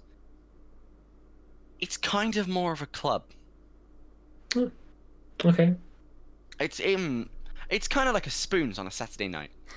It's a bit worn down. It's a bit sticky everywhere, and there's people. There's not so nice people, but the drinks are cheap, and most people don't ask where you come from. And Jupiter, you probably have been here before. It's not necessarily an illegal place, but it's where a lot of illicit people will hang around. It's where a lot of people are going to make deals with mechs as well. Cool. Before we go in, I take my tiara off and tuck it in my cloak, and I pull my cloak around and kind of tie it up so it covers the armor I wear. Mhm. So I pretty much look like I'm in a slightly extravagant traveler's cloak, as clothing wise. And then I'm happy to go in. As you open the doors, it's thinner than it normally is. There are usually quite a few more people in here. As you walk in, there's maybe 20 max in quite a large room, quite a lot of booths, and very poorly lit. Maybe about 4 lights down the middle of the room and no lights around the edges. So all the booths are in mostly darkness. So you, Lyf, get a lot of stares when you walk in. You are unusual. Yeah. Lyf quite enjoys the stairs. I think Lyf kind of eats in this kind of look they get as they walk in this room as I think if I can do it subtly, I make myself slightly taller as I walk in. Not enough that anyone knows I'm changing anything, but just the fact everyone looks at me and then I just command a little bit more attention. I make myself just slightly taller than Jupiter next. In the bob of your step, you grow ever so slightly with each step. Jupiter, you walk in, there's a big magma ganassi behind the bar, just cleaning away at some glasses. He looks up, he sees you, just goes, "Hey boy, heard the news?" About everything being on fire? Yeah. Were you, watching the, Yep. Yeah, I heard a couple people didn't make it out of that. Heard there was, a thing. And that you fought the thing. News travels fast in this city. News don't travel fast, friend. News travels the underground track fast. Let's just leave that as a herd, shall we? Jupiter, you definitely notice people looking at you. These are people you recognize from the arena. They will have just seen you and just gone straight to this place. What you all staring at? Most people turn away and just look back at their drinks. And you do see Marceline near the back. Smoke ganassi, so very, very dark skin. Hair probably pulled back in a very messy ponytail, with the end of the ponytail just wisping away, not quite forming the normal ends of hair. And she stares at you and she just grins. She's clearly excited that someone was dumb enough to take on whatever that was. She looks friendly. I like her. The big Magma Ganassi turns back to you and just goes, "Alright, can I get you anything to drink, friends? I can't imagine fighting that thing would have been particularly fun." No, I think we're going to be going quite soon.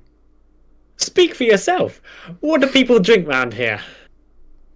What do people drink? Probably scum. But I like to call it beer. That'll do. One of those, please. Gets a glass, pulls down the tap, and fairly viscous liquid just flows out. Followed by a spurt of water that kind of balances it all out and makes it almost an actual drink. And slides it across. He looks, "For you, on the house. Have the first one for free. It'll make the next few a bit easier." I'm trying to look cool doing all of this, and I kind of snatch off the bar, take a sip. Bad. How is it? Sour. Bad. Not drow wine quality. It is sour. The worst bit, Jupiter, is that you know that this is just the funny tap. You know this bar well enough that this isn't what they serve. They serve like quite nice stuff. This is just him just showing off with a dirty tap. Because he knows I swallow it down and like kind of like flash him a look, and I'm just like, acquired taste. Yeah, it reflects. I like it kind of balances with like the rugged like the rugged feeling of the Just people stop around talking. here. You're really like stop reflecting. talking. There are Put the people drink down sniggering and- at the booth around you. Okay. Like you're in on I a was joke. going to turn and whisper, like, look, if you want to blend in around here, less words. I'll do what I can. That's better. Marceline leans back and tries to catch your eye, Jupiter. And as she does, she just whistles. It's a little tune. I'd whistle, but Mike can't pick me up. She whistles just a couple short notes and nods her head forward towards the booth. Hey, my pal, long time no see. That's not going to pick up. Hiya! That was so high pitched that I actually didn't pick up my mic. She Right. pats the booth next to you. Come and sit down. How was it? How was killing that thing? I stayed for as long as I could, but then, the cops Stressful. turned up and I had to leave. Stressful and scary, and I am very injured. You look like I you did really like- well. I like pat Jupiter on the shoulder, and I thought you did a really good job. Thank you. I think you did. Don't. You're just Yeah. my kind of girl. I've been You're just my practicing. kind of girl. You're not. I mean, I've never, with a drow, but no. Okay. Well, we'll You come back what? to it.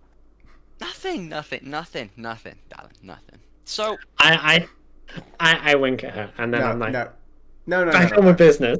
Whatever you were going to say, no. okay. So what are you here for? Because this, news spreads pretty fast. We've heard that you don't really have a home. Yeah. I don't know why you'd come to a place like this and not off somewhere fancy like. Well, I want to be not here. Not on this rock, this city. Oh, so you are going something fancy like. Yeah. Uh-huh. The problem is, they're not too big on people leaving at the moment. Yeah, that is a problem. And you and I both know that you're very good at leaving when people don't want you to, and getting by unnoticed. Okay, that one is. She blushes in her grey cheeks go a little bit grayer, but you can tell it's a blush. She's like, yeah, I know. I'm good at escaping. It's fun. Are you trying to tell me you want to escape here or the city? Because here is easy. The city is Yeah, not I think so easy. we need to go to I think we were Caleb's thinking first. city. You need to go to Caleb's. Well, okay. Does that mean you want my ship? Or are you looking for contact? Because Whatever's faster. my We need ship to... is the fastest in fastest in the belt. You know that's Fast not true. and- You know that's 100% not true. Then prove it. Fast and safe, ideally. Say Less keen on safe. More on fast. Fast will do. We'll work on safe later. Let's go for Fast fast. and kind of safe. How's that? Compromise. Okay, Jupiter. seatbelts. You've watched my fights, haven't you? Every single one of them. What are my mechs not Unsafe. safe? And how many times have I lost? 0. The answer is 0. Safe ain't important. Fast is important. They don't call me the Rocket Queen for nothing. Okay? What? So do you want my ship, or do you want some lame-o ship that's gonna get caught halfway through? There's a reason Huh? why I came to you first. Exactly. I want your ship. I definitely want your ship. Darling, I would love to have you as my first mate. Jupiter, Personally. I'll settle for passenger. yeah, passenger's a good one. I can get you on the wheel. The wheel'll be awesome. Small problem, though. The shipyard is entirely shut. The whole place is shut down. I'm sure that's not going to be a problem for you, right? Surely. And the ship's on maglocks, which is more of a problem. I Yeah. can get into a ship, but I can't get a ship off of an entire lock. Can you get me to where they control the locks? I'm sure I can, be of some assistance. I like your thinking. If you guys point me in the right direction, you guys get to the ship, so you are ready to leave as soon as those locks come off. Then come back and grab me. Care to share your plan, or are you just gonna I'll find a way in there. share with the group? You know, trust goes both ways. I look at Jupiter and I'm kind of like, I don't want to let too many people know. I have a particular set of skills. All right. You and I Well, need to talk about your set of skills at some point. Are you two? Is there a? You already asked this. No. There could be. I mean, skills. You know. We met. A free thinking gap. We met 30 minutes ago. I mean, 30 forward, minutes. No, not like that. No. No, let's do the ship for now, and we can talk when we're all on the ship. Okay. Well, there's a best case scenario and a worst case scenario. Okay, and the best case scenario is that these are just maglocks, you know. And so she looks down at the table. The table's fairly dusty.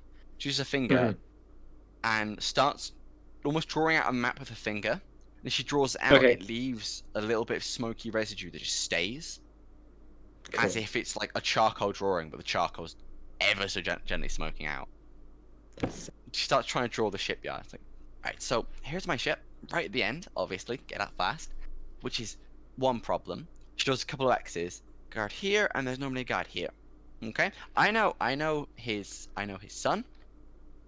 So I can probably, you know, threaten him a little if I need to. You've got leverage. Yeah, I got leverage there. He might be a bit more of a problem. So she starts drawing further back in the shipyard towards a part that's overlooking the shipyard. And the shipyard's built into the side of what's essentially like a rocky shelf. And then there's two large buildings that overlook it. Now, here is the normal shipping area. But there's a control here. And she marks just in the room. There's a control in here that will just turn off, specific maglocks. That's for if we want to lock our ships up. Because sometimes, you don't want them getting away. Me, I always lock my ship up because I don't want someone stealing it, funnily enough. Sounds fair. And then she draws a connection through from that building to the next building. And in here is the master power switch.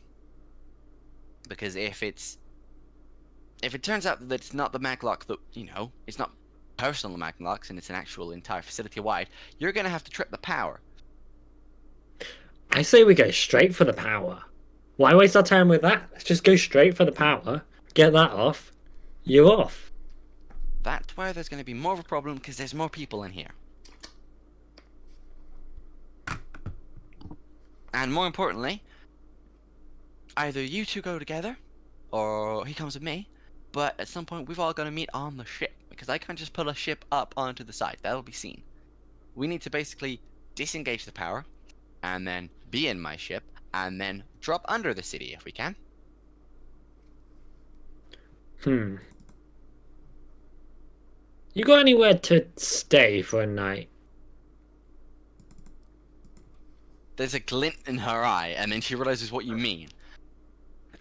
Yeah, I mean, I obviously have like a small flat here. Well, I'm just saying. It'll be basically a sofa, but yeah. I'm just saying. We've been. You saw the thing we fought. Nasty thing.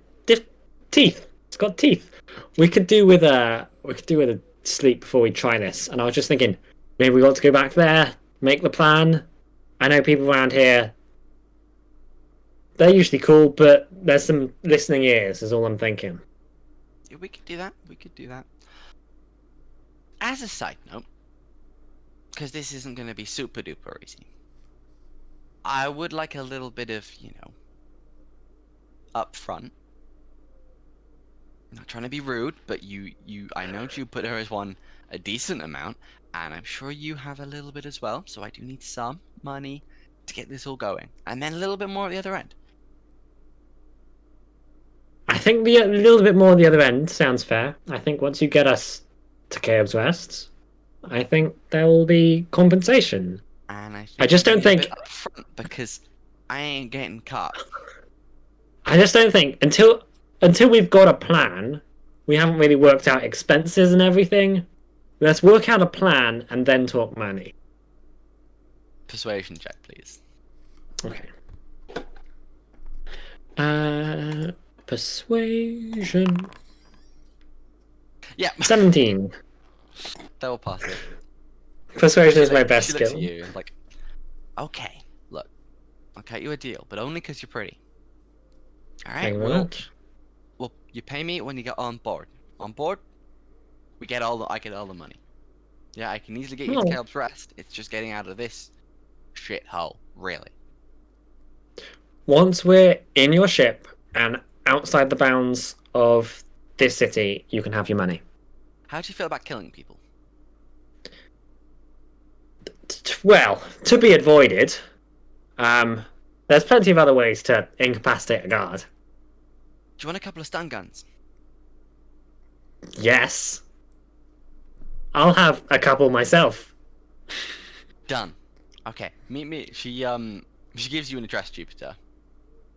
I think writes out on a small piece of paper her address for you, and So I get our phone number. you get her phone number. Well, not her phone number, her sending stone number. That's how it Fuck, works in the yeah. universe. With like 3 kisses.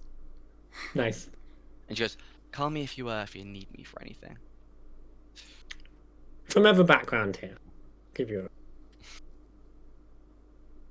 All right, do you Let's guys want go. to head towards the apartment, or have you guys got other things you want to get? Don't forget, you are in Um, Rivet City, so a bit of yeah. background probably for you, Lyth. Rivet City Mhm. is a city of invention. The big inventors, and even the small inventors, have their own workshops and own plots, so there's a lot of things you can buy if you know who the right people to talk to, and you know what you want. Not even a illicit, the people to talk to. More of a, if you would know the kind of person that would do the kind of thing that you want. Cool. I'm interested in stun guns, but we've got that down. Before we go to the apartment, not to necessarily buy, but just to kind of peruse. Is there anyone I've seen so far, or anywhere I could work out that seem to be armor merchants? Someone who sells protection. Not even necessarily armor, maybe like shield, enchantments. You've probably not seen anyone like on your way through, but Okay. talking to Jupiter, you would fairly easily find someone quite quickly. You'd find someone for basic armor, but ornate armor as well. And if you spent maybe a couple of hours looking around, you could find someone doing things like armor runes, or more specialist armor. So obviously the struggle you're going to have is if you want to try and upgrade your drow armor, you're going to Yeah. need a specialist. Ideally, I'd like to. I don't want bog standard armor. I want. You can go and get an armor Can rune. we? Yeah. If you look for long enough, you might be able to find a runesmith. That won't necessarily upgrade your AC directly. Some can, depending on what you want. But some may also give you alternative effects, like resistance to certain damage types, ability to cast spells, temporary hit points, etc., etc. Jupiter, you can get the same on your own clothes. Ooh. You could get some. They wouldn't necessarily be armor runes. They would essentially be wearable runes. You can get the same for your clothes in a similar capacity. They wouldn't necessarily be as strong, but they would work. Mhm. Yeah. If we can find the armor room person, I would go in and just kind of chat. They're all. Give me just a moment then to pull up one of my many NPC sheets. Well, not NPC sheets, but many store sheets. Oh my lord. I'm also interested in someone who can just reinforce my current armor. To reinforce your current armor. Is that a thing? Or just to or anyone selling dramatic armor. I just don't. I want my character would not buy bog standard armor. They would rather wear this armor than something that boosts their AC by like 3, but looks just brown and boring. All right. As you'd probably take quite a few hours looking around for this stuff. Jupiter, is there anything else you would like to do at the same time, or would you just like to tag along? I don't think I have anything especially that I want to do. All right.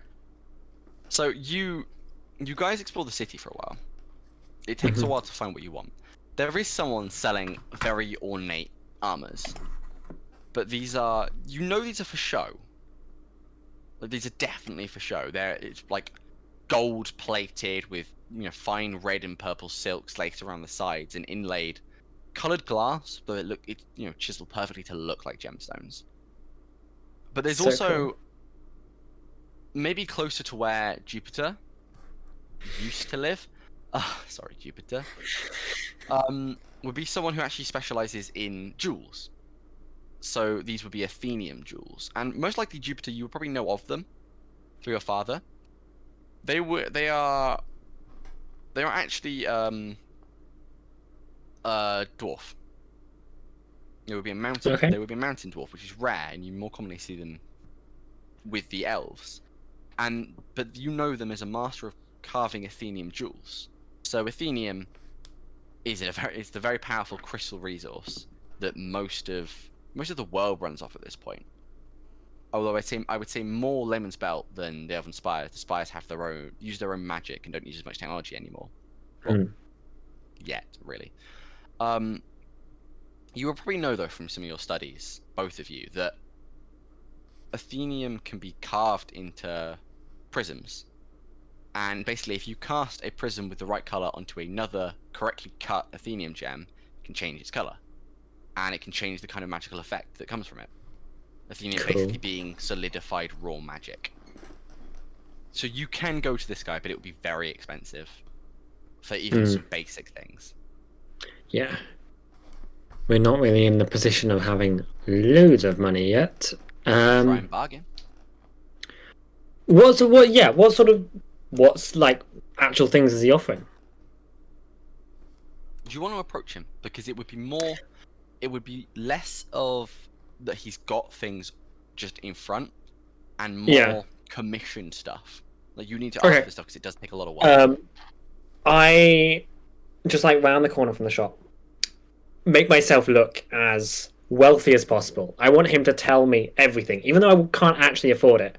So unlacing my cloak and pulling it back like down off my shoulders, so you get these full like shoulder plates of full drow armor. I've definitely got like my tiara back on and just like drow princess look, and heading into the shop and just kind of looking around like I know what I'm doing. I'm trying to pretend I know what I'm doing. I have the money to purchase. What are your wares? There's a bloke sitting just carving away really gently. Fairly stout, quite short, hair like insanely white. Okay. Like your kind of white. Wink, wink.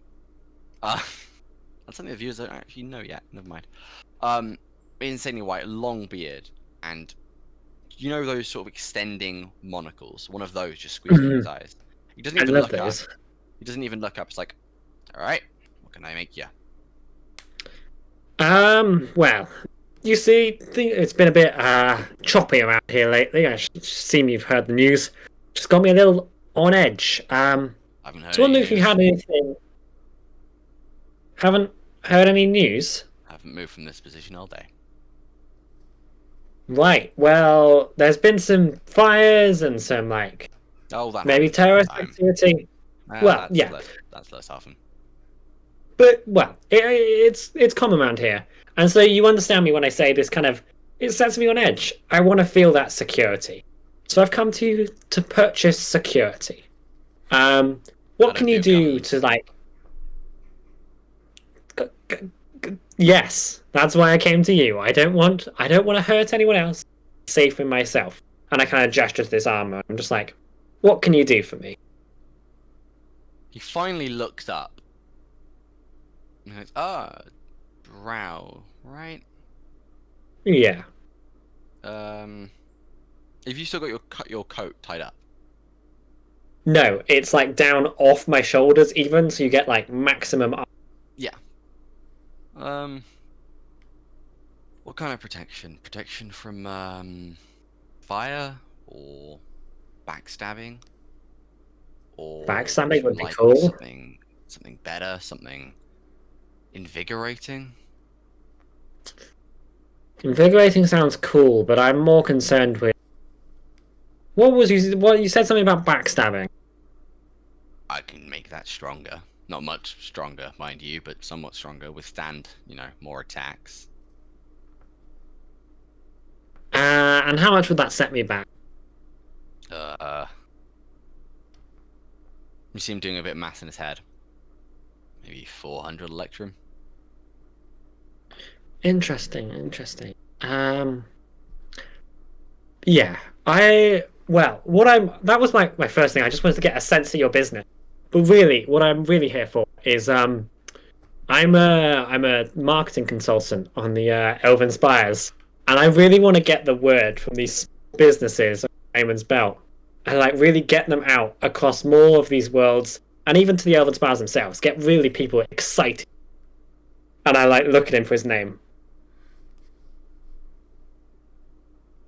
If I get like any response from him, or if he's just like he looks kind of annoyed at that idea. Jupiter, okay, well, are you in the room with him? Am I there? Are you in his shop? I don't know if I've come along. Probably not. It's your cool. I think without anyone else in the room, he just looks up. He's like, "I'm a dwarf. I'm a jeweler. I'm known pretty well in these parts. I don't really need to be known anywhere else. If you're looking for a sale, we can talk." I'm looking for a sale. I'm just saying if there's anything. He just puts his finger up to his lips. Shh. Calm down. Too much energy in this place can actually literally eviscerate us both. I take like a deep breath, and as I breathe out, I actually like shrink slightly. He actually goes upstairs. Okay. And you hear a couple of drawers slide open and closed. And then you see him come back down holding like, pretty much like a proposal box. It's like that, but it's made of metal. Okay. And he walks down. And he takes out his finger as he gets to the bottom of the stairs, holds it up against you. And puts it down, walks over. Look, you're clearly not made of money. And so he opens up this little box, and it's a piece of jet. Mm-hmm. I can give you this, right? I can make this for 70 for you. And what'll it do? You put this on your armor, and a tap, it can make you feel better. It can keep you going, keep your energy up. It ain't much, but it's probably the cheapest thing I got in here. Do you want the mechanical benefit of that? 'Cause it doesn't make much sense. Before I spend 70, what's it mechanic? Per long rest, Mm-hmm. you can spend a bonus action to roll a hit die, add your con, and add it to your hit points at any point. So this can be in combat and outside of combat. If only I knew what my hit dice was, I would know whether that's good or not. Check on. Warlocks are good, aren't they? Pretty sure it's D8. Probably, actually. Yes, you're right. D8 plus 3 points or up to. Yeah, it's not worth 70 for me right now. I'm interested in this dwarf's work. I like what he's doing. But I need to come back when I'm a couple of action richer. Can you do 120? I don't. What are you offering for 120? He walks back to the jewel he was carving. He picks it up very gently. Oh, he was working on it. This can. It's hard to describe what it can do. Imagine something that can bolster the weave of your actual garb there. I'm interested in the It weave. ain't making you dodge more, but you won't take as much pain. You know, it'll take a lot more to slash through. I'm interested. 120 if you want it, and I can have it carved up and fit ready for tomorrow. Mechanics of that one, because I am tempted. Let me just consult it. It is. Right. You can reduce the amount of non-magical damage you take by 3 points. All So that's non-magical that's damage. non-magical bludgeoning, slashing, piercing, and also like fire. That's like So things not really spell. good. But also that is all my money. I don't want to make viewers just watch me shopping for like half an hour. Can you cut me any deal on that? Like, I don't have 120 to spend right now. I can come back with 120. 90. Can Final do offer. any 90.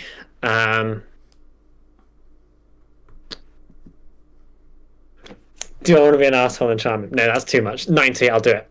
90, I'll take it. He sort of nods his head towards like a brass bar with a large curtain on it. hmm And he just goes, "Take off your armor. I'll have the whole thing carved and fit, and you can pick it up tomorrow morning." Okay. So I go behind, I take off all this armor, and then when I come back out, my cloak is really tightly wrapped around me. As a heads up, this would reduce your AC down to 10 plus your dex because you are not currently wearing armor. Yes, so currently it is 10 plus dex, and that is 90 electrum gone from my thing. Jupiter, what were you up to during the while I have no idea. Lyft was around? Do you think you'd have gone back to your home? 'Cause Yeah. you were quite I want close. to check up on my gran. Your gran is not at your home. She's You gone. She went remember to her the saying mayor. that She went to the mayor. she would be up with the mayor, yeah. There is like the top floor is gone. It was a 3-story building. Top floor is gone. The second floor you can see is quite charred, but the right-hand side of the house, if you imagine it was the workshop coming out as a large wing, and there's left-hand side of the house, and there's the right-hand side of the house with a door. The right-hand side is mostly fine on the ground floor and the first floor. And though you can see partially through the wall, you can see the stairs are actually intact. And And there's still the rubble of the workshop. is it no longer on fire? It's no longer on fire. It's all been put out. All right. There's actually no guards around there either. It's fairly quiet. Like the entire city is now fairly quiet as most people have gone home and gone into their houses. I want to see if I can salvage anything then. What's there? What's Like there? any pictures of your siblings. Like pictures of my siblings that I'm not going to give to you. Where are you looking? Oh. I'll look in the bits that are intact, and then I'll look in the remains of the workshop. So you look through the house. You know, I imagine you would open the front door, even though you could feasibly just step through the wall. Yeah. Sorry, I'm just tutting in this. You walk through, the hallway is still somewhat intact. There are burnt bits. The carpet is gone. You know, there's quite a nice carpet on the ground floor. It's just gone. It's now just the charred wood below it. On kind of a little cabinet along the side in the hallway, there are 3 small pictures. One of your father and mother together. One of your sister graduating from her school, and one again of your sister and your father. Sort of, you recall it's one of the first projects they worked on successfully. Most of the rest of the place is fairly gone. You go upstairs and you find your room's gone. Your sister's room is partially gone. Do you want to root around to see if you can find like anything at all? Like, is there anything specific you're also looking for? I'm not looking for anything specific. Do you want to look for valuables, just in case? I can do. Or do Yeah. you think you'd leave it? That's the question. Like, would you be just looking for mementos? Would you be looking for, like, valuables? Well, it's things of sentimental value rather than monetary value. Yeah.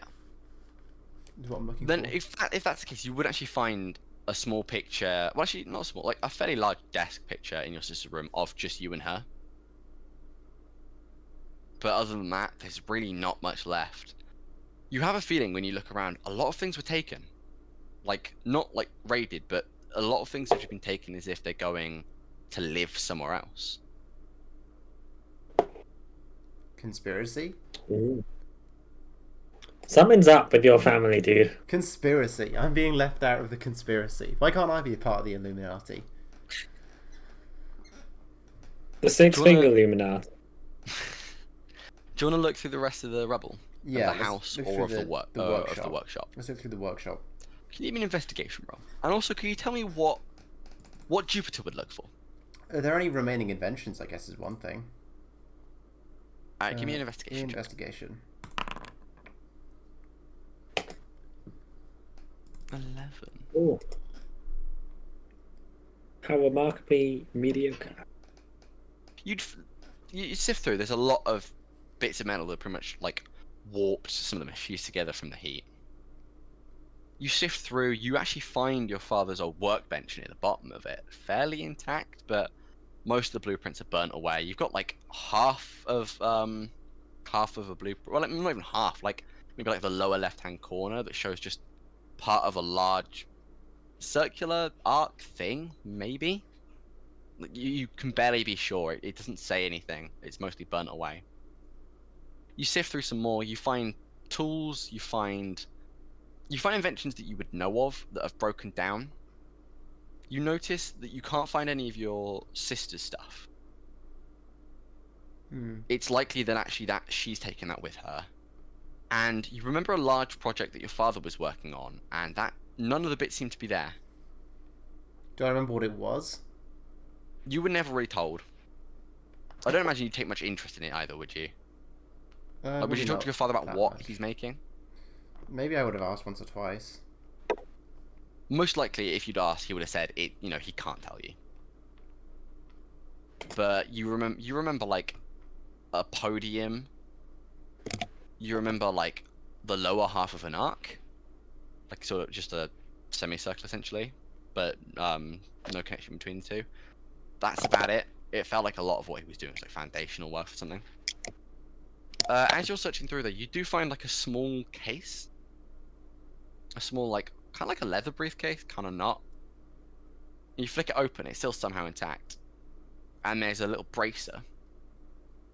And there is a note in your sister's handwriting that's just, it's like, as you open it up on the top half of the briefcase shell, just scratched in is Jupiter's work in project. Work in progress. I'll take that then. You wouldn't know automatically what it was. You'd probably have to spend either a short or long rest trying to figure out what it is. Other than that, there's really not much. Like, what seems necessary is probably already been picked through, and what you can find is just remnants of random bits. Like scrap metal. You find no Athenium either. Like, that is all gone. Someone's been through this stuff. I should seriously hope so, because if the house was on fire and there was lots of Athenium in there, then there would be nothing left.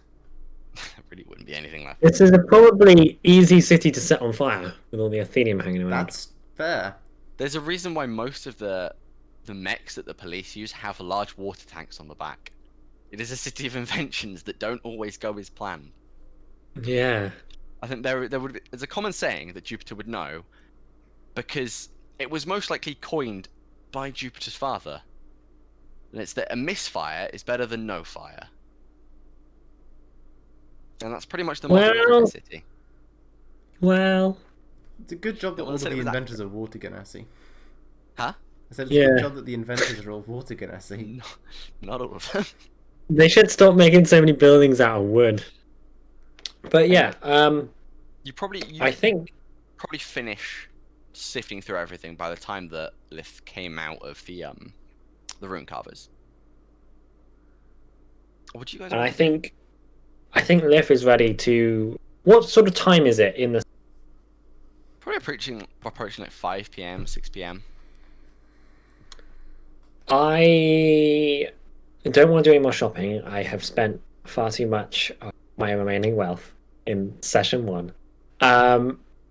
I am good to go back to the place we're staying, long rest it up because we're both still on half health, and create a proper plan with my new acquaintance.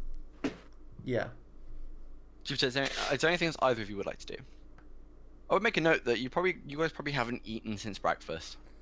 Oh, yeah, good point. Oh, That's- can you let us know what food rules you are doing?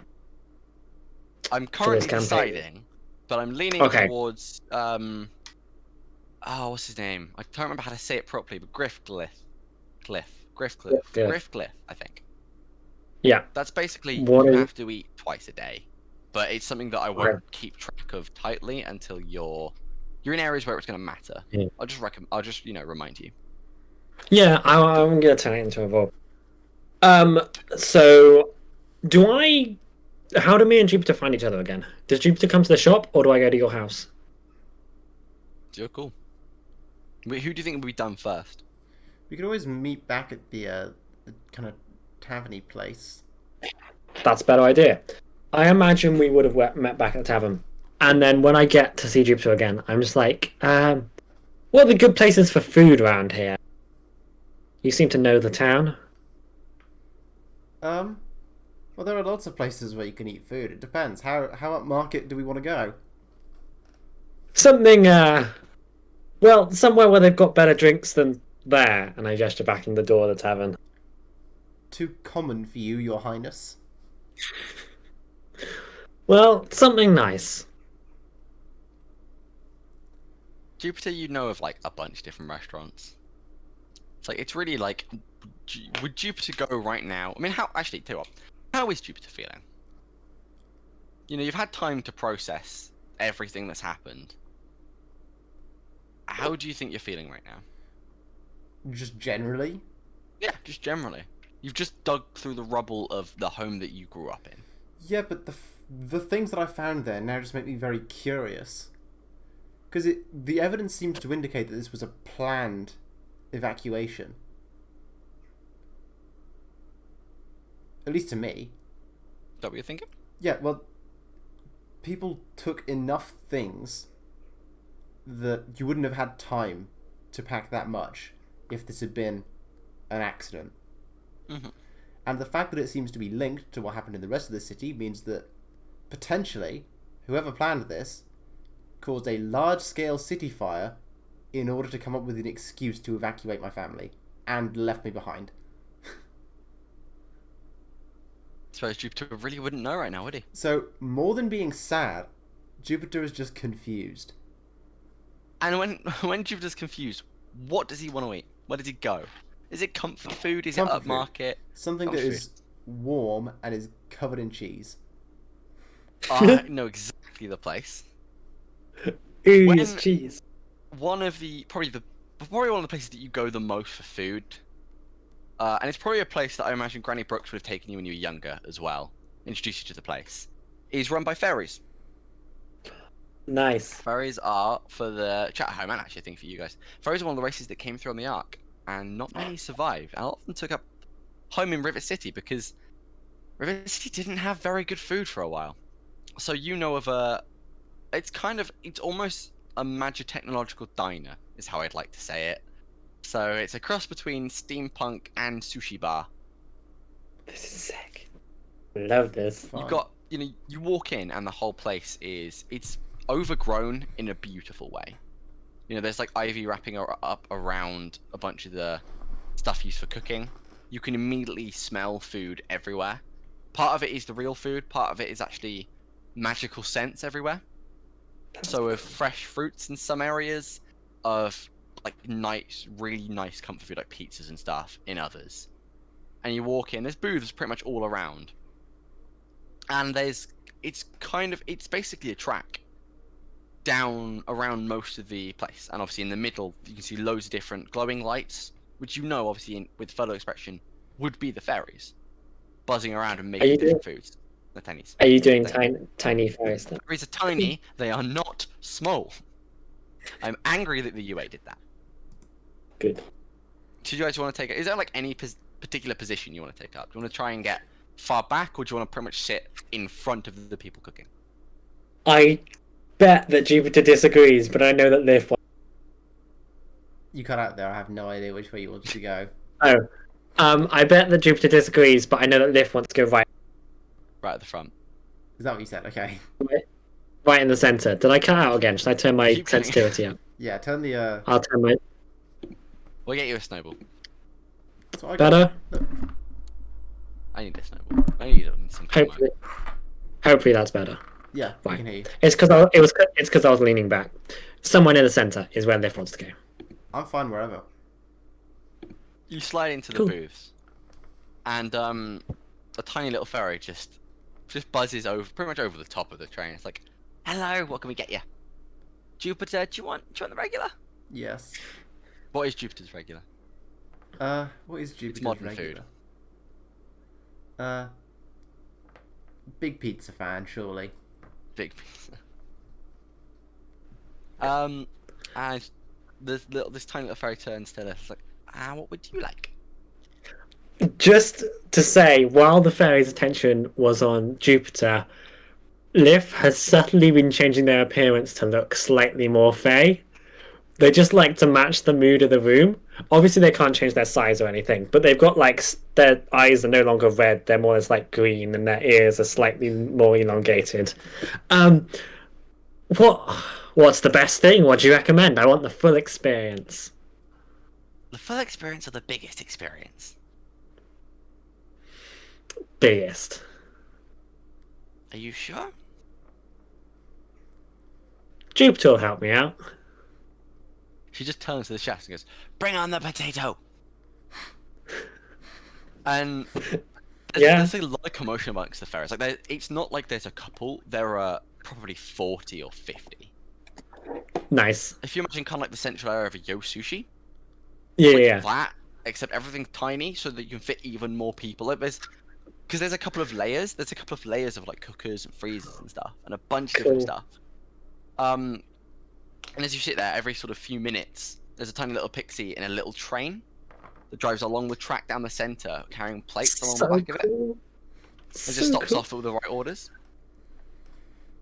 Eventually, these ferries come out with quite a large pizza, toppings that Jupiter pretty much always have, a little bit of extra as well.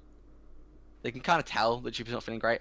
And for you, Lyth, it is potato. It is a baked potato. It is some roast potatoes. It is some mashed potatoes. There are like potato croquettes. There are little potato waffles, and there's like gravy. There's greens. There's literally everything. Genuine real life me right now could so go for that. Potatoes are amazing. It's so much potato. Yeah. And the little train driver, has one of the little caps, and just tips and goes, "Enjoy," Yeah. and just sails This is on by. this is the best restaurant ever. Why are you doing this to me? I haven't eaten IRL. This is why I ate before I played D&D. Yeah, I'm What are you guys talking Lyf's about? sucking in. Are you not even talking? You're just mouthful I'm of potato. for like the first 5 minutes I'm not talking at all, but then I will be definitely. This is like the first time in a while you've heard Lyf not start a conversation. How is Lyth feeling, actually, out of interest?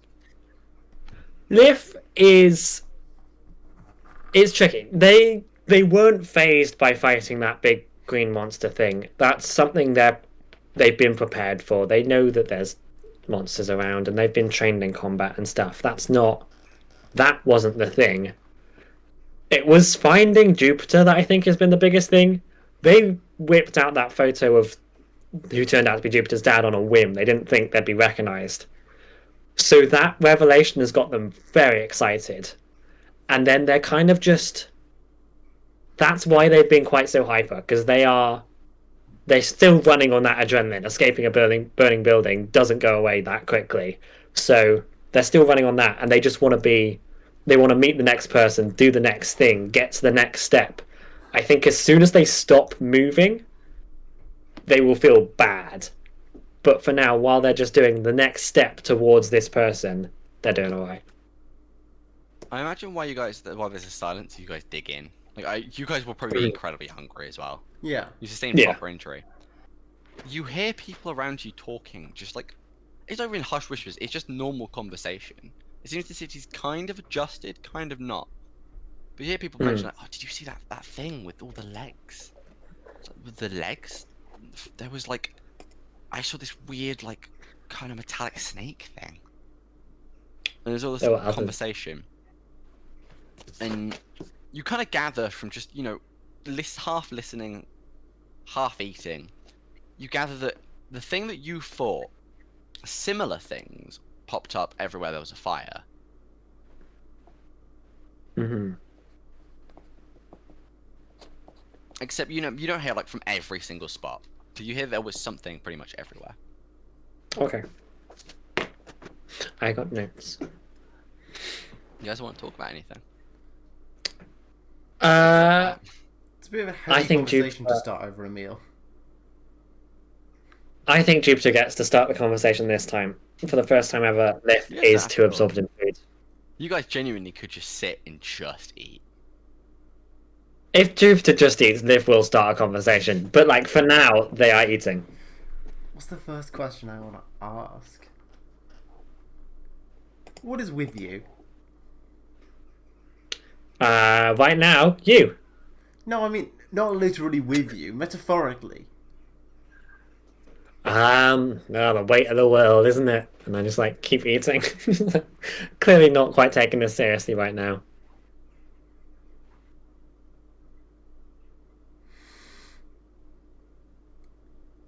You are chasing my family members. Not your family members, your dad. The other family members just happen to be near him. Look, I don't understand this much more than you do. I get told to find this person. All I have is the picture of their face, and it turns out to be your dad. Who told you? Who are you? Lyfþrasir. No. I told you that before. No, what's your name? Who are you? I am a drow, I guess. What's the word? Princess? Noble? No, you're not. Drow can't with the ears shrink in and the eyes switch back.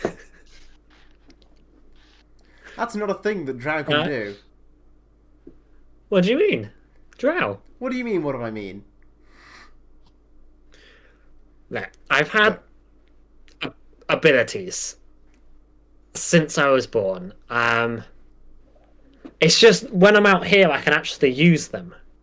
So it's been I'm just making the most of it. Where are you from? I'm from the drow cities on the planet. The House of Udvard. You know that vaguely Jupiter is just one of the houses that support the matron and that counsel the matron. Why are you here then? Why aren't you there? Well, we can't just stay holed up forever. Eventually you finish your education and you get out into the world. Almost all of you do. Well, almost all, because most of them have jobs to do back now. I've got a job to do out here. Finding your dad. Yeah. Job? You say that as though there's some greater purpose, some... Well, reward. I hope there is, and that's why I'm going to your dad. I hope he has the answers of the greater purpose. Look, it's complicated, the whole system, how it works. I was told by them to come find your dad, and I'm like... Them? Yeah, who's them? Okay. Well, yeah, drow people. They sent me out here, and they're Drow like... people. Some drow people. As Jupiter finishes that sentence, you hear the little toot toot of the train as it whizzes on by again with more food. Cool. I think I'm still eating. I think it's still like it's a big meal. But yeah, I think there's like definitely some uncomfort in their face. Like they're kind of wincing as they're saying it. But yeah, like I was told to find this person, given this picture, and I honestly, if I knew more, I would tell you more. But I think once we get there, it'll be easier to talk because hopefully I'll have some answers. So some person connected just told somehow. you to find a random water ganassi on a completely different celestial body, and you... Not a random water ganassi. Okay. Yeah. Some person of unspecified nature told you to find a specific water ganassi. And you just... Do you not believe that these? Do you not believe that things are connected? Like, this can't be coincidence that I found you so quickly. Jupiter, you would know that, there is a very slim chance that the drow would want something with your father, as your father is a very good inventor. Lyth, you would not know anything about Jupiter's father. Yeah. Anything at all. Lyth is definitely looking uncomfortable. There is something. Either they're not telling you, or they're lying, or they're creating other things to tell you. This isn't Alright. like a straight-up conversation you're having. What is it you're going to do if you find him? I don't know. I Let's say assume he's there going to tell in front of me. you. He's going to tell you... He's just going to know. He's just going to know who you are and why you're there and just... I presume so. Do you think he won't? Why would he? Because I've been sent to find him. I've got this picture of him. Lots of people are sent to do lots of things. It doesn't mean that everyone telepathically knows what's up. I need to have this hope, okay? If he doesn't know, then I'm lost. On that sweet little note, the camera pans out from the booth, from the two talking. You see the train whizzing around the back, and it pans out of the window of the shop, from the nice, bright, dancing lights around into the fairly darker street. Pans up the beautiful evening sky of Rivet City. I think there we're going to end episode 1 of the Untitled. I've got a quick question about the sky, actually. Can Go you for it. see the other bits of Layman's Belt in the sky? Yes, Are they, like, big? frequently. It kind of depends, because they all move at different speeds, and they all move in different directions. So it's kind of random what you can see and where you can see. But overall, there are large chunks of Layman's Belt, and there are small chunks. And obviously, the large chunks are where the big cities are. Small chunks are where there's some, like, towns, villages, and some are actually empty. Still.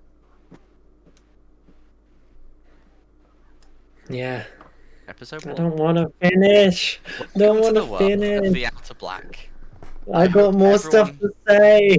I hope everyone who watched today enjoyed the characters, enjoyed the world, and enjoyed what happened. I will try and have a nice city map fairly soon for Rivet City, even though, by the sounds of it, you guys are totally leaving it.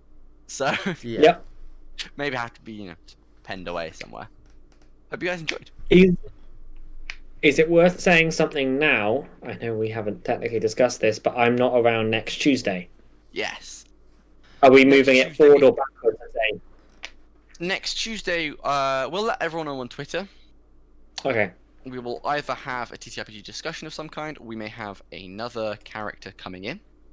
Ooh. So we will actually do character creation for that character on that day. We cannot reveal too much yet because there is a lot of admin to get out of the way. Yeah. But fingers crossed, there'll 100% be a stream on Tuesday, a TTRPG stream of some kind.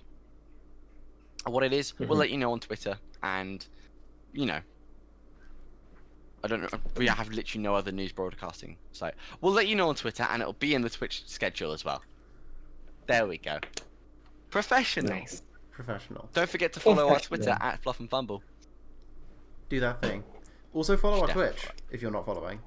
and share with your Yeah. friends And your enemies and your lovers. and your haters. Also. No, Share it with the haters. not haters. Okay, share it with the haters, fine. But mainly your lovers. Do you guys want to stick around for 10 minutes, or have you guys got some places to be? I can stick around for a bit. Because you had a point about druids and metal. I can't remember what my point was, but I definitely had a point. I'm going to watch the video again. I'll tell you what my point I is. can always yeah, eat tomorrow, it's fine. We'll do it on Saturday. We'll do that on Saturday. No, raise your point, raise If your we're all point, around. and then we can discuss it fully in the future. I'm going to watch the video again. Yes, also, next stream, Saturday. Next stream is Saturday. Saturday's gonna I will- Saturdays are our random streams. We'll let you know on Twitter what we feel like doing. I will. Yes. I may be a bit late, but I will be there. What was I going to say about druids can't wear metal? I'm watching the video Weird being again. able to hear myself. On Yeah. TikTok. How much metal does something have to have on it to be made of metal? Is it stuff primarily made of metal, or is it any metal at all? All it says is This is 100% too meta. druids will not wear armor or use shields made of metal. That's it. That's it. Can't even remember what my thought was now. I'm going to clip Well, we've us lost the listening to the audio of it on stream and upload it. I And we're gonna listen to can't the remember what my audio of thought was. that. We've run out of content. I think my thought was something along the lines of it's clearly taken from Fey lore, as in iron and steel hurt Yeah. fairies. Druids are meant to be Fey connected vaguely, but 5e doesn't. That was one of the spell that things out that we very cut well. out of the final clip. And I can't remember what my thought was. I had a really good thought, and I'm sure I wrote it down somewhere, but no, I can't remember what it was. Tell you what, we'll tweet it. If Ness remembers, We'll we tweet will it. I'll have a great idea, and that'll be like the whole Then, tweet. yeah, the thing Just is though, if Innis it was about had a that, great then idea. surely they wouldn't be able to use metal weapons. Yeah, but they can. Yeah, I thought it was the idea of metal directly touching their body, which doesn't necessarily happen with metal weapons, because you can have wooden handles or cloth wrappings. I don't believe it's that. So it's not like it's not like a mole thing. It's like it physically hurts them to touch metal. I do have a question for chat, actually. Does chat have any questions for either of our characters? I say our characters, I don't have one. But any of the characters, to clarify anything on the characters, or anything about the world itself? Because I know that there's a lot that could be quite confusing. Or actually, anything about Dungeons and Dragons. Or just general If you want advice. to know, Have you got any life advice?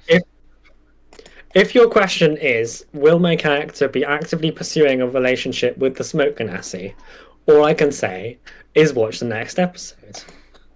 Which way is north? No! No, Ban? we done that one. We done that. Banning. Banned. That's from it, chat. ban. No more space north. Not until I've worked it out. I'm looking forward to seeing where everything goes. Marceline may end up going with you, by the way. Unfortunately. Good. How far with So I mean, us? you're commandeering her ship. If you mean you could take it without her if you're a bad person. Well, I mean, she's got to Oh, go. no, she's coming with us. She's got to go with us on the journey. When you say going with us, do you mean like on the other end? She might do. Gain an NPC. What's there? I What's wanna- there for a fine lady like herself to do in a giant capital city with higher enforcement of crime? We can keep her safe. We can keep her safe. You said that weirdly, and now I'm scared for my own NPC. We can keep her safe. How did you guys enjoy Well, we'll that? see how many stun guns she's got. How did you guys enjoy that overall? Yeah, I thought it was good. The dopamine receptors in my brain fired when I heard you say a word, and that's how I physically enjoyed it. Can we Was ban it- Ness? Was it just dopamine, or was it also various other chemicals?